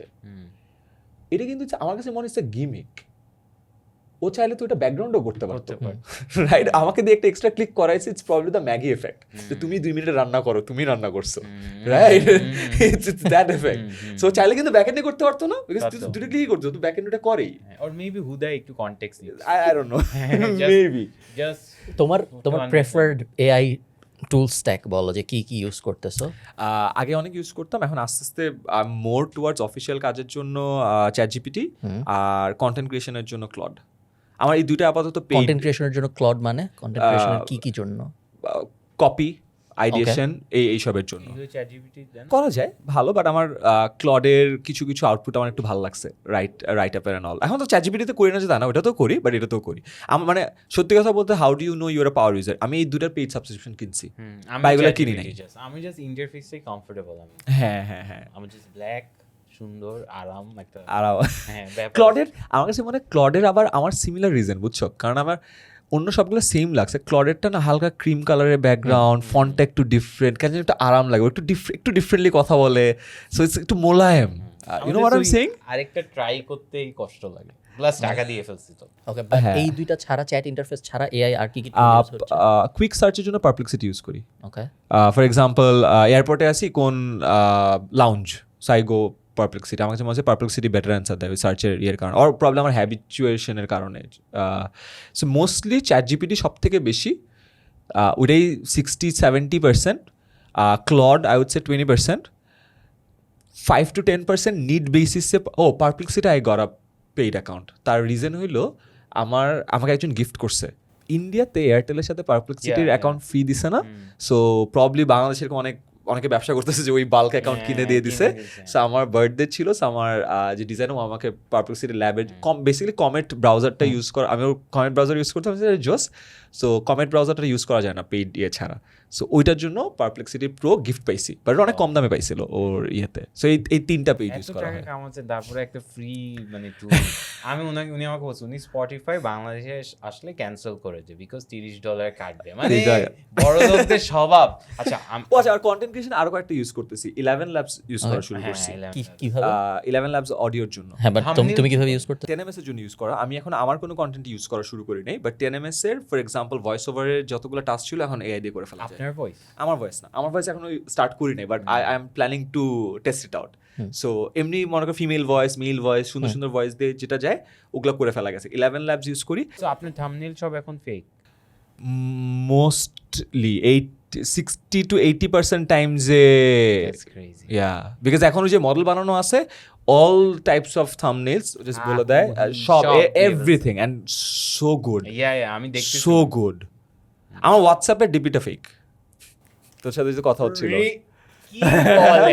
Just fake, that's fake. বুঝাই যায় না। হ্যাঁ, হোয়াটসঅ্যাপের ডিপিটা ফেক, আমরা রিসেন্টলি দিয়ে দিব স্ক্রিনে। হ্যাঁ, হোয়াটসঅ্যাপের ডিপিটা ফেক, আমার লিঙ্কডইনের ডিপিটা ফেক না, AI generated.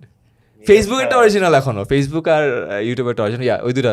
So it's very good. So যেটা হয়েছে, আমি প্ল্যাটফর্ম আমি বললাম, আমার ডিজাইন টিম ইউজ করে সুপার যে কোনো ধরনের, অ্যান্ড আমি প্রেজেন্টেশন অনেক কিছু ওই টাইপের জিনিসপাতি ইউজ করি। সো আই লাভ ইট।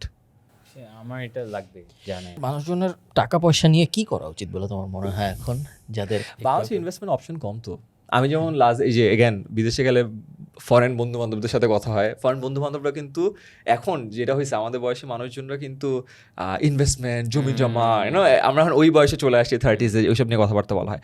ওদের কমন একটা মানে ডিসকাশনের টপিক হলো ন্যাসড্যাক, যেটাতে আমি পার্ট হইতেই পারি না, রাইট? যেমন লাস্ট দিন আমরা একটা ভিডিও করতেছিলাম, সো রিমেম্বার অরাকেল 40% জাম্প করলো, Larry Ellison is the richest person in the world right now, toppling Elon mask.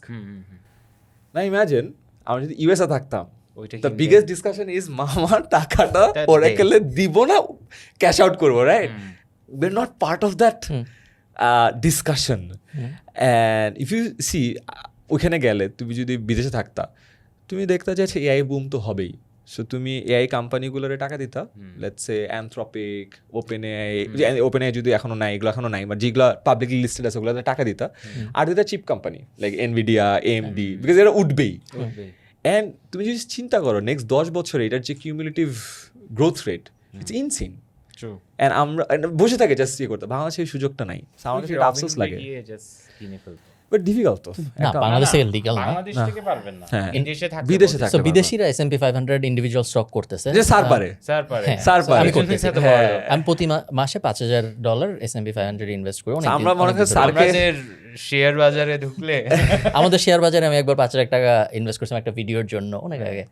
তারপর What ওটা happened? বাংলাদেশ শেয়ার বাজার একটা খুব বিউটিফুল জিনিস হলো, একটা পর্যায়ের পরে আর টাকা কমে না। There is this thing, Floor floor price price ইয়ে বলে করে একটা দিয়ে জিনিস আটকায় আছে রাখি যে দিছে, এটা but- আর্টিফিশিয়ালি কন্ট্রোল করা হয়, হ্যাঁ, বাট কমে না। Again where is the concept of free market? Again, আমার এত বুদ্ধি নাই, এটা নিয়ে আমি ভিতরে না ঢুকি। ফ্রি মার্কেট তো, ফ্রি মার্কেট না, বাট হ্যাঁ আমি হয়তো just জানি একটা পর্যায়ে যে আর ভালো কমে না। কোম্পানি গুলোতে টাকা দিয়ে রাখছি, যখন বড় টাকা হবে- দিছিস? হ্যাঁ, অনেক কম। So ওটা এখন মেবি 2.5 লাখ বা 3 লাখ হয়ে আর কমে না। ও, কমে 5 থেকে 2.5 তে আসছে। 2.5 থেকে 3 হচ্ছে, এখন আরো কমে না। Is happy যে ও মাত্র -50% এ আছি। হ্যাঁ, হ্যাঁ, বাট তুমি বেচতেও পারবে না তোমার ফ্লোর প্রাইসে থাকলে, কারণ বাইং ডিমান্ড থাকে না। So of course। কেউ কিনতে যাচ্ছে না, ও লিকুইডিটিও নাই। লিকুইডিটি নেই কোনো, সো তুমি So চাইলেও basically বেচতে পারবে এখন না, আপনার 5 থেকে 2.5 হয়েছে, বাট ওই 2.5টা আপনি বের করতে পারবেন। বের করতে পারবে না। ভিডিওতে তো উল্টাপাল্টা অ্যাডভাইস দাও নাই, মানে ভালো কথাই তো বলছিল যে খারাপ। কাউকে কিনতে বলি নাই কখনো। এটা বলি না, কিন্তু আমি দেখাই আমি দিছি আমি কি আমি কিনছি, এটা আমি দেখাইছি না, কি কি স্টক কিনছি এটা মনে হয় দেখাই নাই বা দেখাইছি, বাট হ্যাঁ না ওরকম কোনো ভাইব দেয়নি যে আপনার দেখাইছেন, কেনা দেখাইছেন। উচিত। হ্যাঁ দেখাইছি, বাট এরকম কখনো বলিনি যে Good, আপনি good, ইনভেস্ট good. করেন স্টক মার্কেটে, এটা কখনোই আমার মনে হয় না যে বুদ্ধিমানের মতো কাজ হবে। But yeah, ওকে, সো তাহলে বাংলাদেশে- করে কি মানুষ টাকা দিয়ে? ডিফিকাল্ট। বাংলাদেশে যেমন এখন অনেকে যেমন মানে মাইক্রো ইনভেস্টমেন্ট সাইটগুলোতে উইগ্রো, আই ফার্মার, বিনিয়োগ এগুলোতে ইনভেস্ট করে, but I feel like gold কিনেন। গোল্ড কিনেন, বাট আমার কাছে মনে হয় এগুলাও ছোট অ্যামাউন্ট। মানে তুমি যদি একটু বড় অ্যামাউন্ট পার্ক করতে চাও, লেটস সে 10 লাখ টাকা পার্ক করতে চাও, আমার কাছে আই ডোন্ট নো, মানে করা যায়, আমি নিজে করি না এই জন্য বলতে পারতেছি না, ডিফিকাল্ট। বাংলাদেশের জমি জমা is a good investment, but জমি জমা is so complicated, my expensive. God. And ট্রান্সফারের সময় অনেক খরচ হয়, হ্যাঁ। বিকজ যখন তুমি ট্রান্সফার করবা তখন ট্যাক্স তো আসে, বাট আমি যা দেখতেছি কিছু রিসেন্টলি ঘাটাঘাটি করার সময় দালালের পিছিয়ে অ্যাকচুয়ালি ট্যাক্সের থেকে বেশি টাকা খরচ হয়, মানে মিডল ম্যান যে বেচে দিবে আর কি, ইটস ইনসেইন, মানে পার্সেন্টেজে খেলে। পার্সেন্টেজ। সো এইটা করে ওখান থেকে টাকা বের করা is very difficult. And also তুমি বড় অ্যামাউন্ট পার্ক করতে ভয় পাবা, বিকজ সবসময় মাথায় থাকবে যে কোনো একটা যদি গ্যাঞ্জাম হয় আটকায় যায়, হ্যাঁ, হ্যাঁ। বিকজ বাংলাদেশে there is probably no family যার জমি জমা নিয়ে গ্যাঞ্জাম নেই, রাইট? থাকবেই। হ্যাঁ। যদি এইরকমই হয় যে আমার টাকা আছে, কোনো একজনের, আমার কথা বলতেছি না, তার টাকা আছে, ধরো 20 লাখ টাকা আছে তার, এখন সে বাংলাদেশে থাকে, তার ওই টাকা ইনভেস্ট করার একমাত্র অপশন ভালো হয়তো জমি টমি বা ফ্ল্যাট হাবি যাবি, খরচ করারও তেমন আসলে অপশন নাই, আনলেস তুমি are into like fancy cars and stuff. বিদেশে তো যাইতে তো দেয়ও না। 20 লাখ টাকাতে আপনি ফ্যান্সি কার পাবেন না না, আমি বাংলাদেশ। বিশাল কন্টেক্সট জন্য বলছি, মনে করো একজনের 20 কোটি টাকা আছে, হ্যাঁ, খরচই বা সে করবে কই বাংলাদেশে 20 কোটি টাকা? আমি এভাবে আনসার দিব, আমি হইলে কি করতাম এত হ্যাঁ, টাকা তুমি দিয়ে? হইলে প্রথমত আমি একটু সেই ঘুম দিতাম, উঠে আগে বিদেশি পাসপোর্ট কিনতাম একটা। Okay I think that's the easiest route, okay, because কত 20 কোটি 20 কোটি 20 কোটি আই থিঙ্ক 1.5 কোটি দিয়েও করা হয়ে যাবে, যায়। হয়ে যাবে, 1.5 হ্যাঁ, কোটি 1 দিয়ে মিলিয়ন, হয়ে যায়। ক্যারিবিয়ান হ্যাঁ, আইল্যান্ডসের একটা সেন্ট passport। কিটসের পাসপোর্ট হয়ে যাবে। তারপর আমি ইউএস মুভ করে ওই ইনভেস্টমেন্ট গুলো করতাম, স্মার্ট। যা যা এআই হইছে, খুবই রাইট? smart. আর কি করবেন? হ্যাঁ, ভালো আইডিয়া। ক্যারিবিয়ান আইল্যান্ডসে গেলে তো ইউএস এর পাশেই, পাশেই ভালোই, ইয়াটে চিল করতো, Nice. টাকাটা ন্যাসডাকে দিত, ইটস গুড আইডিয়া। 4% বছরে উঠাইতা যে 4% বেশি ফায়ার উঠবে। মুভমেন্ট। হ্যাঁ, হ্যাঁ, বাট এমনিতে 20 কোটি মাঝে মাঝে বাংলাদেশে এসে পডকাস্ট করতাম। হ্যাঁ, আমার মতো। হ্যাঁ, কারণ আসলে তুমি 20 কোটি টাকা দিয়ে বাংলাদেশে কিছু করতে পারবে না, আনলেস তুমি খুবই লাইক আননেসেসারিলি ওয়েস্ট করতেছো। অথবা মনে করো প্যাশন প্রজেক্টে কিছু কাজে লাগাইতেছিস তুই, লেটস সে বিশাল বড় একটা কমেডির ইয়ে বানাই, venue করলাম। ভেন্যু বানাই, আমি হলো মনে করো একটা ফুটবল ফিল্ড দিলাম, একটা স্পোর্টস কমপ্লেক্স বানাইলাম, এইটাই। এই টাইপের মানে শখের তো শেষ নাই, ওগুলো করা আমাদের যাবে। বাপ দাদারা যেরকম গরুর খামার করে, হ্যাঁ। and then সব হারায় ওখানে। বাট এটা কমার্শিয়ালি ভায়াবল হওয়ার যদি কথা বলো, ইয়েস ইটস ডিফিকাল্ট। আমরা প্রবলি এখন ওইসব বিজনেসে ঢুকি নাই, প্রবলি দেয়ার আর ইন্ডাস্ট্রিয়ালিস্ট যারা জানে ওই 20 কোটি টাকা কোথায় দিতে, ওদের জন্য প্রবলি 20 কোটি টাকা অনেক কম, অনেক কম। বাট আমরা প্রবলি ওই ধরনের ব্যবসা করি না। আচ্ছা, আমি একটা জিনিস নিয়ে অনেক curious, I think we are almost Almost. Right? Yeah. Offline আর অনলাইন, যারা অনলাইনে বিজনেস করে, আর আমি এখনো ভয় পাচ্ছি অফলাইনে যেতে, ওরা কিরকম ডিলিউশনে আছে, যেটা আপনিও ছিলেন for the longest time. What is the big difference when you made 10ms go offline? এখানে মার্কেট বানাইতে হয়, এখানে মার্কেটটা ready, that's the only difference. মার্কেটের সাথে ফাইট করা সবথেকে কঠিন। সো তুমি যখন অনলাইনে আসো, this is mostly any context, any context, any product, যেই প্রোডাক্টটার মানে সূচনাই হয়েছে অফলাইনে, সো ওই প্রোডাক্টটার মানুষ পরিচিতই অফলাইনে, সো ওইটার হ্যাবিটটাও অফলাইনে, এবং মার্কেটটা মোস্টলি স্কিউড টুয়ার্ডস অফলাইন। যেমন বাংলাদেশের let's A education market, informal survey, but বাংলাদেশের প্রাইভেট টিউশনের মার্কেট, প্রাইভেট টিউশন কোচিংয়ের মার্কেট মনে হয় 25,000 কোটি টাকার। সো অফলাইন তো, রাইট? মানুষ অনেকে আমাদেরকে বলে আচ্ছা 10 মিনিট স্কুল হয়েছে, হোয়াট ইউ থিঙ্ক এটার কারণে তোমার প্রাইভেট টিউটররা কেমনে নেয়? আমি বললাম ভাই প্রাইভেট টিউটরের মার্কেট কত জান? 25,000 কোটি টাকা, ওটা তো ডেন্টও ফালাইতে পারি নাই আমরা। সো যেইখানে যেই মার্কেট আছে, মার্কেটটা অনেক বড়, সেটা নেয়াটা গ্র্যাপ করাটা অনেক সহজ। আপনার কাছে কেউ যদি আসে আপনি বলবেন আগে অফলাইন করো না? নট এক্স্যাক্টলি, বিকজ আমরা অফলাইনে শুরু করা ডিফিকাল্ট। আমাদের টাকা ছিল জন্য আমরা অফলাইনে সেন্টার বানাতে পারছি, রাইট? অনেক টাকা খরচ করে বড় বড় সুন্দর সুন্দর সেন্টার বানাচ্ছি। আমাদের টাকা নেই, তখন কি করবো? অনলাইনে তো এন্ট্রি ব্যারিয়ার ছোট, যাদের টাকা নাই, ধরেন 5-10 লাখ টাকা আছে, ওরা তাহলে তো অফলাইনে পারবে না। পারবে, মানে দের আর ডিফারেন্ট মডেলস টু ইট। আমি যদি এডটেকের ল্যাঙ্গুয়েজে বলি, হ্যাঁ দের আর 2 ওয়েজ। এখন অবশ্যই ইটস ডিফিকাল্ট। এখন যেটা হয়েছে, এডটেক মার্কেট একটু স্যাচুরেটেড হয়ে গেছে। 2-3 বছর আগেও অনলাইনে অনেক কিছু করে পপুলার হওয়া যেত। এখন যেটা সমস্যা হয়েছে, অনলাইনে এখন তুমি অনেক কিছু করে পপুলার হতে পারবে না, বিকজ অলরেডি কিসের কন্টেন্ট বানাবা? যা বানানোর ছিল এক দফা আমরা বানাইছি, এক দফা আমাদের কম্পিটিটররা বানাইছে, আরেক দফা ইন্ডিভিজুয়াল ইনস্ট্রাক্টররা বানাইছে। এখন মার্কেটে যেই টপিকই সার্চ করো, একটা টপিকের 10-12টা কন্টেন্ট তো আছেই, 2-3টা ভালো কন্টেন্ট আছে। এবার এআইও একই কন্টেন্ট, রাইট? সো কোনো স্টুডেন্ট বলতেছে না যে আল্লাহ এই টপিকের কন্টেন্ট নাই কেন, এইরকম কোনো কন্টেন্ট আল্লাহর দুনিয়াতে নাই। সো তোমাকে আসতে হলে হইতে হবে তুমি মনে হয় ক্রেজি জিনিয়াস, এমন ডিফারেন্ট অ্যাঙ্গেলে পড়াইতেছো যেটা এখন পর্যন্ত যে 10-12 জন করছে এটা কেউ করে নাই, which is very difficult, right? So tough, এখন মার্কেটটা একটু টাফ। বাট এবার অফলাইনে তুমি যদি চিন্তা করো যে যেসব জায়গায় হাব আছে, যেখানে মার্কেট, ওইখানে মার্কেটে তুমি যদি ভালো অ্যাভারেজ টিচার হও, তুমি স্টুডেন্ট পেয়ে যাবো, because of the market. Market আছে। এনি ক্লোজিং আমাদের শেষ করবো আমরা, Yeah. সেজন্য শেষ কথা আছে তোমার যেটা তুমি জাতির উদ্দেশ্যে জানাতে চাও? জাতির উদ্দেশ্যে জানতে চাই আমি আজকে, এরকম কয়বার হয়েছে যে ইউ থট 10ms শাটডাউন করতে হবে, and then what did you do? একবার হয়েছে গত বছর, ওই যখন ICT then state minister post দিছিল যে 5 কোটি টাকার ফান্ডিং গায়েব, তখন বিকজ আমি তখন 2টা পোস্ট করছিলাম। আমাকে তখন ল এনফোর্সমেন্টের লোকজন ইনডিরেক্টলি বলছিল যে what are you doing and all. বললাম যে ভাই ঢাকা ভার্সিটিতে হয়েছে, লিটারেলি আমি, আমার বউ, আমার বাপ, আমার ভাই সবাই পড়ছে, রাইট? তখন আমি ভাবি নাই যে জিনিসটা এত সিভিয়ার ইম্প্যাক্ট পড়বে। তারপরে আমার এখন আছে জুলাই 16 তারিখে যখন স্ট্যাটাসটা দেয়, so everybody was worried about the money. Trust me, I was not at all worried about the money, at all. Of course 5 কোটি টাকা is a lot of money, পাইলে তো ভালোই, অনেক টাকা অনেকভাবে ইউজ করা যায়। But I was most worried যে this is a clear sign of black listing me and the company.